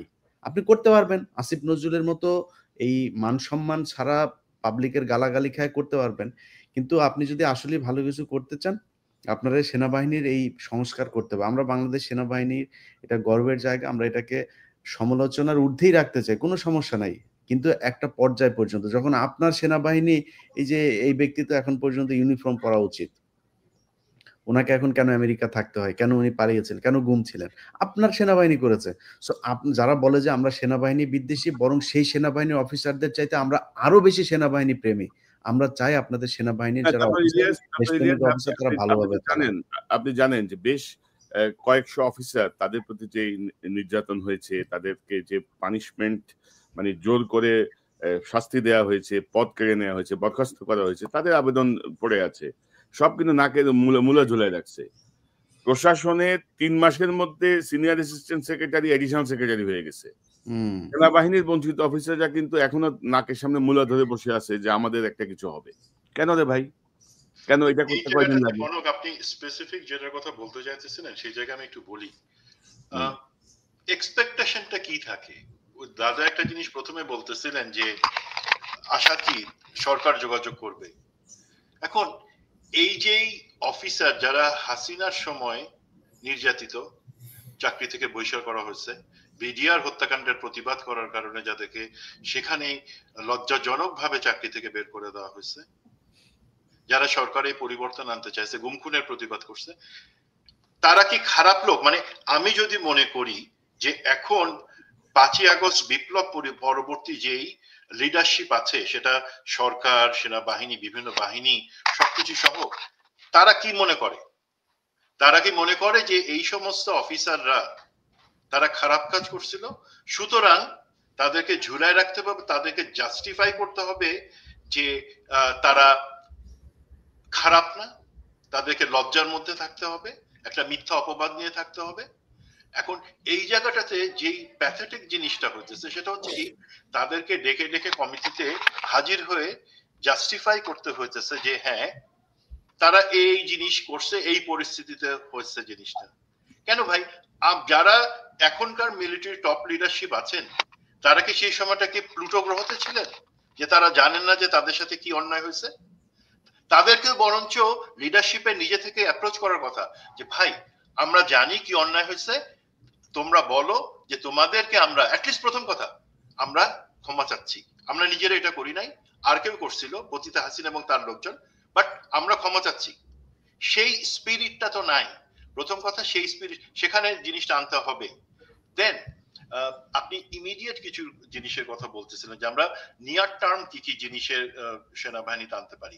এখন আমি সম্পূর্ণ গোপনীয়তা এবং আমি মনে করি যে আমরা যখন একটা সোর্স বা কোনো কিছু দেই সেটা মানে ভেরিফাই করে নেওয়াটা, আপনাদের সবাই সেটা করেন, তো সেটা এখন প্রসেসে আছে। ইলিয়াস যে জিনিসটা বারবার বলতেছিলেন যে 2-1 দিনের মধ্যে কিছু একটা, তো কিছু জিনিস, কিছু দালিলিক প্রমাণ এবং কিছু অডিও কনভারসেশন থেকে কিন্তু একটা জিনিস কিন্তু আমাদের বুঝতে হবে যে আমাদের যেই ধারণাটা ছিল যে 5ই আগস্টের আগে সেনা এবং অন্য লিডারশিপ তাদের ভূমিকা এমন ছিল, হাসিনার কারণে নিষ্পেষিত, তারা বাধ্য হয়ে এই জায়গাটা এই জিনিসটা করছেন, মনে হয় সেই জায়গাটাতে আমরা একটা বড় একটা ধাক্কা খেতে যাইতেছি।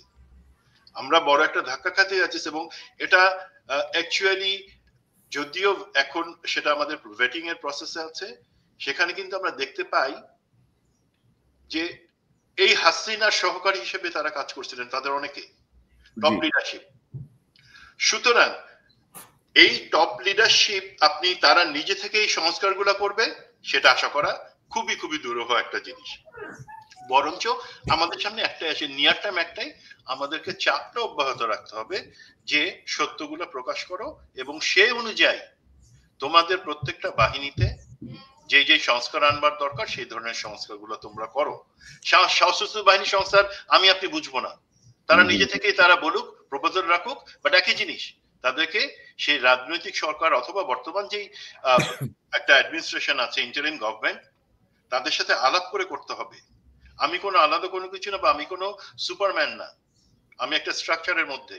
তাদেরকে বলতে হবে হ্যাঁ আমাদের এই সমস্যা হয়েছিল, যাদের কথা বলতেছেন 20-25 জন, আমি তো বলি 15 জন ম্যাক্সিমাম যারা এই ধরনের পারপেট্রেটর ছিল, তাদেরকে সত্যিকার সদিচ্ছা নিয়ে তাদের বিচারটা করো। তাদের অনুপস্থিতি বিচার করাও সম্ভব, বাট সেটা করতে হবে, ঝুলে রাখা যাবে না। সেই জিনিসগুলো করে আমাদেরকে সুমন ভাই, মূল জায়গাটা হচ্ছে যে আপনি 20-25 জন করাপ্টেড হাসিনার দাস, হাসিনার পাচাটা কর্মকর্তা, তার বুকের উপরে 4টা মেডেল থাকুক আর 10টা স্টার থাকুক, কিছু যায় আসে না। তাদের জন্য সেনাবাহিনীকে বিতর্কিত হওয়া বা সেনাবাহিনীর যে সম্মানহানি হয়েছে সেই সম্মান আমরা হানি হইতে দিব না। আমরা সিভিলিয়ান, আমরাই উদ্যোগ নিব যে আমাদের দেশপ্রেমিক সেনাবাহিনী বলতে আমরা যে গর্ব অনুভব করতাম, সেই সেনাবাহিনীকে 20-25 জনের জন্য আমরা মানে মেলাইন হইতে দিব না, 1 নাম্বার কথা। 2 নাম্বার কথা যে আপনি দেখেন না রে ভাই, এই যে আবারও এক্সটেন্ড করছে না এই যে ম্যাজিস্ট্রেসি পাওয়ার। 111 এর সময় 10 জন উপদেষ্টা আর সেনাবাহিনী ছিল পিছনে, আইন শৃঙ্খলার অবস্থা কি ছিল? আর এখন 23 জন উপদেষ্টা, 56 জন হচ্ছে সহকারী, সেনাবাহিনী ম্যাজিস্ট্রেসি ক্ষমতা নিয়ে মাঠে, আইন শৃঙ্খলা পরিস্থিতি কি অবস্থা কি? অনেকেই বলে যে আমাদেরকে কাজ করতে দেন, অর্ডার দেন। বিশেষ সহকারী 56 জন নাকি? মানে টোটাল আর কি, উপদেষ্টা এবং সহকারী মিলে 56 জনের মতো বোধ। আচ্ছা আচ্ছা। তো মানে আপনি দেখেন না দাদা, যে এর পরেও দেখেন অবস্থাটা কি, এত কিছু। কারণটা আমি তো আজকে যার সাথে কথা হচ্ছিল আমি তো ওনাকে বললাম যে আসলে আপনারা তো ওই পদে যে বসছেন, কিন্তু আপনারা তো অ্যাড করতে পারেননি কিছু। হ্যাঁ, আপনার নিজের থেকে তো কিছু অ্যাড করতে পারেননি। আপনার কথা শোনে না, আমলারা কথা শোনে না, আপনার সেক্রেটারি আপনার কথা শোনে না, প্রশাসন আপনার কথা শোনে না, কারণ আপনার তো ওই শক্তিটা নাই। আপনি তো পিপলস ভয়েস না, সেই জন্য এই প্রবলেম গুলো হচ্ছে।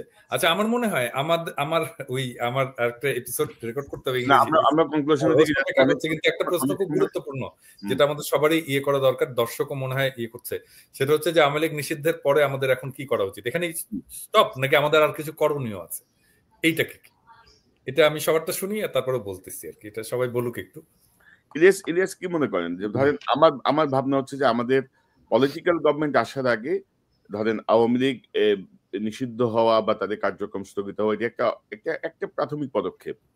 বিচার হবে, দল নিষিদ্ধ হবে, বিচারের কার্যক্রমে একটা স্থবিরতা আছে, একেবারে স্থবির বলা চলে, 9 মাসে মিনিমাম কয়েকটা রায় হয়ে যাওয়া উচিত ছিল, কারণ সাক্ষী প্রমাণ সবই জলজ্যান্ত, জাতিসংঘের রিপোর্টেও জলজ্যান্ত। তারপরেও ধরেন তারা কি তদন্ত করিতেছে, তাহারা কি খুঁজিতেছে আল্লাহ জানে। তো সেনাবাহিনীর একটা সংস্কার, প্রশাসনের একটা সংস্কার এবং মিডিয়ার একটা সংস্কার, এই 3টা জায়গা যদি দাদা আমরা অ্যাডজাস্ট করতে পারি, আমি মনে করি আমার জায়গাটা থেকে যে আমরা কি 10 বছর 5 বছর পর পর একই পুনরাবৃত্তি করব, একই আন্দোলনে নামবো, একই সুশাসনের দাবি করব, একই গণতন্ত্রের দাবি করব। তো এই জায়গাটা ইলিয়াস আপনার কাছ থেকে শুনি, এই মুহূর্তে আমাদের প্রথম করণীয় কি? তারপর সুমন ভাই, তারপর পিনাকি দাঁড়িয়ে দিয়ে শেষ করব। আচ্ছা, আমাদের প্রথম বিষয় হচ্ছে যে ধরেন আওয়ামী লীগ কেন নিষিদ্ধ হলো? আওয়ামী লীগ নিষিদ্ধ হওয়ার কারণটা কি? আওয়ামী লীগ মনে করেন অনেক লুটপাট করেছে। লুটপাট করার পরে 2014 সালে একটা নির্বাচন হতো, সেই নির্বাচনে যদি বিএনপি ক্ষমতায় আসতো তাহলে কি হইতো? তো আওয়ামী লীগের লোকজন 2001-এ যেভাবে মারটার খেয়েছে ওইভাবে কিছু পেটানি খাইতো, তারপরে আবার ফের তারা রাজনীতি শুরু করতো, হরতাল ডাকতো, আবার পরের বার নির্বাচিত হয়ে হয়তো ক্ষমতায় আসতো। কিন্তু হলো কেন? কারণ ওই যে সুজাতা এরশাদকে চাপ দিল নির্বাচনে যাওয়ার জন্য, ভারত ইন্টারফেয়ার করলো, ওইদিকে তার কিছুদিন আগে হেফাজতের রাতে ভারতের পরামর্শে কিলিং হলো, জামাত ইসলামের নেতাদেরকে ভারতের পরামর্শে করলো। So it's all about India. এখানে কিন্তু ইন্ডিয়ার বিষয় ছাড়া বাংলাদেশের কোনো সমস্যা, বাংলাদেশের রাজনৈতিক দলগুলোর ভেতরে কোনো সমস্যা নেই। এবং আমি বিশ্বাস করি শেখ হাসিনা যদি ইন্ডিয়া বলে কোনো দেশ আমাদের মনে করেন নাই, আমাদের লোকেশনটা হতো ধরেন জর্জিয়ার ওইখানে, আমাদের এই সমস্যা হইতো না। কিন্তু ইন্ডিয়ার কারণেই শেখ হাসিনা আজকে বিপদে। এবং আমার বিশ্বাস, অনেকেও তাদের নেতারা হয়তো এখন স্বীকার করে না, কিন্তু আমার মনে হয় তারা নিজেরাই করে যে আমাদের আসলে ভারতের পরামর্শে এই কাজগুলি করা উচিত হয়নি, না হইলে আমরা বাংলাদেশে অন্তত থাকতে পারতাম, তারা থাকতে পারেনি। সো আমাদের সমস্যা হচ্ছে ভারত। সেই ভারতের প্রোডাক্টগুলো এখন পর্যন্ত কোথায় কোথায় কারা কারা আছে আমরা সেটা ফাইন্ড আউট করেছি, কিন্তু তাদেরকে এখনো সরানো যায় না। যেমন ধরেন সন্তোষ শর্মাকে নিয়ে এখনো পর্যন্ত জামাত ইসলামের মতো দল তারা মিটিং করে। প্রথম আলো, ডেইলি স্টারের ব্যাপারে আমার মনে হয় না যে বাংলাদেশের কারো দ্বিমত আছে যেটা করা। এখন অনেক মানুষ আছে ধরেন ধাপ করে বলে ফেলে পিনাকি হইল গিয়া জামাতের আমির, আমরা নাকি জামাতের নাকি আমির, হ্যাঁ, এরা বিএনপির বিরোধী। আরে ভাই, বিএনপির মনে করেন ফখরুল ইসলাম তো আমার গালি দেয় না, ফখরুল ইসলাম আমার ওটার জবাবও দেয় না। গালি কে দেন? আপনি দেন। যেই ব্যক্তি ওই ফরিদপুরের ভাঙ্গা উপজেলার এক ব্যক্তি এসে আমার গালি দিচ্ছেন, পিনাকিরে গালি দিচ্ছেন, ভাই আমি আর পিনাকি আপনার জন্য যা করি সেটা আপনার মহাসচিব করে না। আপনার দলের আপনি জানেন যে এই গত 15 বছরের হিসাব যদি করা হয়, টুকুর আত্মীয়তা করে টুকু গিয়া শেখ পরিবারের ভেতরে, আমানুল্লাহ আমানের মতো লোক শেখ পরিবারের ভেতরে আত্মীয়তা করে। এই 15 বছরের ভেতরেই ঘটনা, এবং খুব খুব হট সময় যেটা বাংলাদেশে, ওই সময়ে এগুলো হয়েছে। আপনাদের দলের নেতারা আপনাদের যে কর্মী, সেই কর্মীর কথা যদি চিন্তা করত তাহলে তো আপনাদের এখন পর্যন্ত যারা জেলে আছেন তাদেরকে জেলে থাকতে হইতো না। সো তাদের কিন্তু সামনেও মনে করেন শেখ হাসিনা আবার চলে আসলো, হাইপোথেটিক্যালি চিন্তা করলো, আপনার মনে হয় যে এদের খুব সমস্যা হবে? আসিফ নজরুল হয়তো চলে যাবে দেশের বাইরে কয়দিন। আসিফ নজরুল দেশে ধরেন পরবর্তীতে একটা তার মানে পরের একটা সরকার যদি আসে, তার কোনো চেয়ার থাকবে না, কিছু থাকবে না, সে বিদেশ গেলে তার সমস্যা কি? সে আওয়ামী লীগের সাথে আতাত করে তারপরে সে চলে গেল। বিএনপির অনেকের আছে যারা ব্যবসা করেছে আওয়ামী লীগের সময়, এবং ব্যবসা খুব রমরমা ব্যবসা চলেছে, তাদের তো কোনো সমস্যা হয়নি। অতএব আমার মনে হয় সেই জায়গাগুলোকে হাত দেওয়া খুব জরুরি। আর ছাত্ররা যারা আছেন, ছাত্রদের প্রতি বিশেষ করে ভাই দেখেন, আপনাদের প্রতি আমাদের ক্ষোভ থাকতে পারে, আপনাদের প্রতি আমাদের অভিযোগ থাকতে পারে। আপনারা, আমি অন্তত আমি যতদিন বেঁচে থাকবো, এই 5 তারিখে এই ছাত্রদের উছিলায় আমাদের জীবনের অনেক কিছু সহজ হয়ে গিয়েছে। সো ওইটুকু তো আপনাদের প্রতি আমাদের সহানুভূতি আমি অন্তত রাখতে চাই।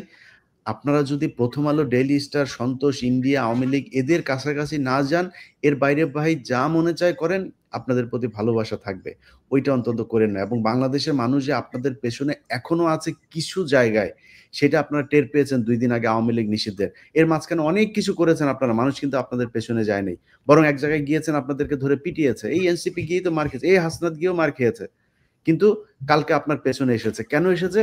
কারণ আপনি এমন একটা দাবি নিয়ে এসেছেন যে দাবিটা বাংলাদেশের মানুষের দাবি। আপনি যদি ক্যাটাগরিক্যালি বলেন যে ইলিয়াস, ছাত্র জনতার এখন পরবর্তী সংস্কারের জন্য কি পদক্ষেপটা নেওয়া উচিত, 1, 2, 3 আপনি যদি বলেন। ভাই, প্রথম পদক্ষেপ হচ্ছে এই, কালকে যদি আপনি দেখেন, আমি জানি না এখনো পর্যন্ত আছে কিনা, আমাকে কিছু ভিডিও পাঠিয়েছে, এখনো জুলাই আন্দোলনে যারা আহত হয়েছিলেন সে আহত মানুষগুলো শাহবাগে বসে আছে। আমার 2-3টা ছেলের বক্তব্য দিয়েছে, একটা ছেলের হাতে এইখানে হাত একদম চিকুন হয়ে গিয়েছে, এই তার হয়তো বা ভেন টেন যা আছে এগুলো আমি জানি না, লিগামেন্ট টিগামেন্ট এগুলোর কোনো কি কি হচ্ছে তার হাতে ডাক্তার বলতে পারবে। তার বক্তব্য অনুযায়ী যে আমার এই হাতটা দিন দিন হয়ে যাচ্ছে, শুকিয়ে যাচ্ছে, আমার দ্রুত চিকিৎসা দরকার। তার কাছ থেকে এই কাগজ ওই কাগজ সেই কাগজ বিদেশে পাঠানোর জন্য তারা পাঠানো হচ্ছে না। আপনাদের এই জুলাইটাকে আপহোল্ড করতে হবে, এইটা আপনাদের পুঁজি, এইটাকে নিয়ে যাইতে হবে। এবং আমি মনে করি জুলাই আমাদের অস্তিত্ব, এইটাই আদর্শ ধরে আমরা আমাদের বাংলাদেশ চালাবো, যতদিন এই বাংলাদেশ টিকে থাকবে ততদিন। এটা হচ্ছে 1 নাম্বার, জুলাইকে ধরে রাখা। 2 নাম্বার হচ্ছে ভাই, আমি একজন সংবাদকর্মী হিসাবে সবচাইতে কষ্ট লাগে আমার দেশের গণমাধ্যম এখনো পর্যন্ত, আপনি যদি এই 2 দিন আগের নিউজ দেখেন, বাংলা ট্রিবিউন নিউজ করে শাহবাগ দখল করে আপনার আন্দোলন, জনভোগান্তি চরমে, এটা বাংলা ট্রিবিউনের নিউজ। আপনি কোনোদিন গণজাগরণ মঞ্চ যখন সেখানে যৌন জাগরণ হয়েছে, তখন আপনি কোনোদিন এরকম নিউজ করেছিলেন কিনা? তখন তো খিচুড়ি পানি টানি এগুলোর ভাগিদার ছিলেন আপনারা, নিউজ হয় নাই। তো এই নিউজগুলো কারা করছে? গণমাধ্যমের একটা করা খুব জরুরি। এইটা যদি আপনি ঠিক করতে না পারেন, এমন এমন জায়গায় আপনাকে ধাক্কা দিবে, আপনি কুলাইতে পারবেন না। এই কয়দিনের ভেতরে আপনাদেরকে নিয়ে যেসব নিউজ হয়েছে, আপনি চিন্তা করেন ওই ধরনের অপরাধ, তার চাইতে বড় অপরাধ এই দেশে অনেকে করেছে, সেটা নিয়ে কোনো কথা নাই, কিন্তু আপনাদেরকে নিয়ে করা হচ্ছে। এর কারণ কি? এর কারণ হচ্ছে গণমাধ্যমকে আপনারা এখন পর্যন্ত রিফর্ম করতে পারেন নাই। সো এটা করা খুব জরুরি। আর আমি জানি না সেনাবাহিনীর এটা করা কি সম্ভব কিনা আদৌ ছাত্রদের পক্ষে, যেহেতু ওনারা তো সুপিরিয়র একটা শ্রেণী, ওনাদের ব্যাপার নিয়ে আমরা কথা বলার সেই রাখি কিনা সেটাও আমরা জানি না। আরেকটা হচ্ছে গিয়ে পুলিশ প্রশাসন। এই পুলিশ প্রশাসনের ভেতরে এখনো পর্যন্ত আমরা বহুদিন ধরে কথা বলছি, এনায়েত এই মাসুদ করিম এখনো পর্যন্ত সিটিটিসি এখনো বসায় রাখা হয়েছে তাকে। এই যে ব্যক্তি আব্দুল হামিদ আপনার কয়দিন আগে পালিয়ে গেল, তাকে বের করে দেওয়া হলো, সেই ব্যক্তির নাকি আপন এই বর্তমান আইজিপির নাকি আপন ফুপা হচ্ছে কি আব্দুল হামিদ, আপন ফুপা। আমি এই টক শোতে আসার কিছুক্ষণ আগে আমাকে গুরুত্বপূর্ণ একটা জায়গা থেকে জানিয়েছে। এবং এই আইজিপি নাকি সবকিছু তত্ত্বাবধান করেছে। এসবি প্রধান নাকি আইজিপি কে জানিয়েছেন, আইজিপি তাকে বলেছে যে ওকে এটার কোথাও জানানোর দরকার নেই, চলে যেতে দাও, বয়স হয়েছে, চলে যেতে দাও, এই কথা বলে। যদি হয়ে থাকে তার ব্যবস্থা নেওয়া দরকার। সো এই ধরনের এসবি চিফের সাথে আমার ঘন্টা 2 আগে কথা হয়েছে এসবি চিফের সাথে। ওই দিনের ঘটনা উনি পুরোটা ব্যাখ্যা করছেন। হ্যাঁ, তো এরকম কিছু হয়নি। আচ্ছা, যাই হোক। তো যদি পুলিশের ভেতরে যারা আছেন এরকম, যদি নাকি পুলিশ যারা আওয়ামী লীগের সুবিধাভোগী ছিলেন, তাদের বিরুদ্ধে ব্যবস্থা নেওয়া দরকার।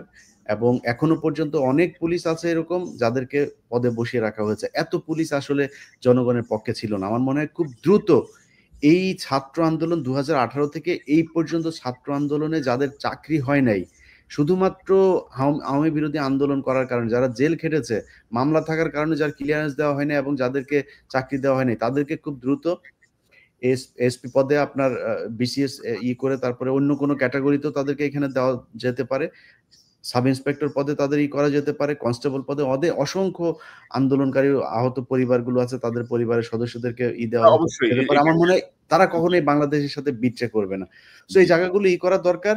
আর সবশেষ আমি গণমাধ্যমের কিছু লাফাঙ্গার আছেন তাদেরকে বলতে চাই, ভাই সময়টা আপনাদের জন্য এত সুবিধাজনক হবে না। যারা এখনো মনে করছেন যে আপনারা চিপা চাপা দিয়ে তারপরে বেঁচে যাবেন, আপনাদের পেছনে লেগে আছি আমরা।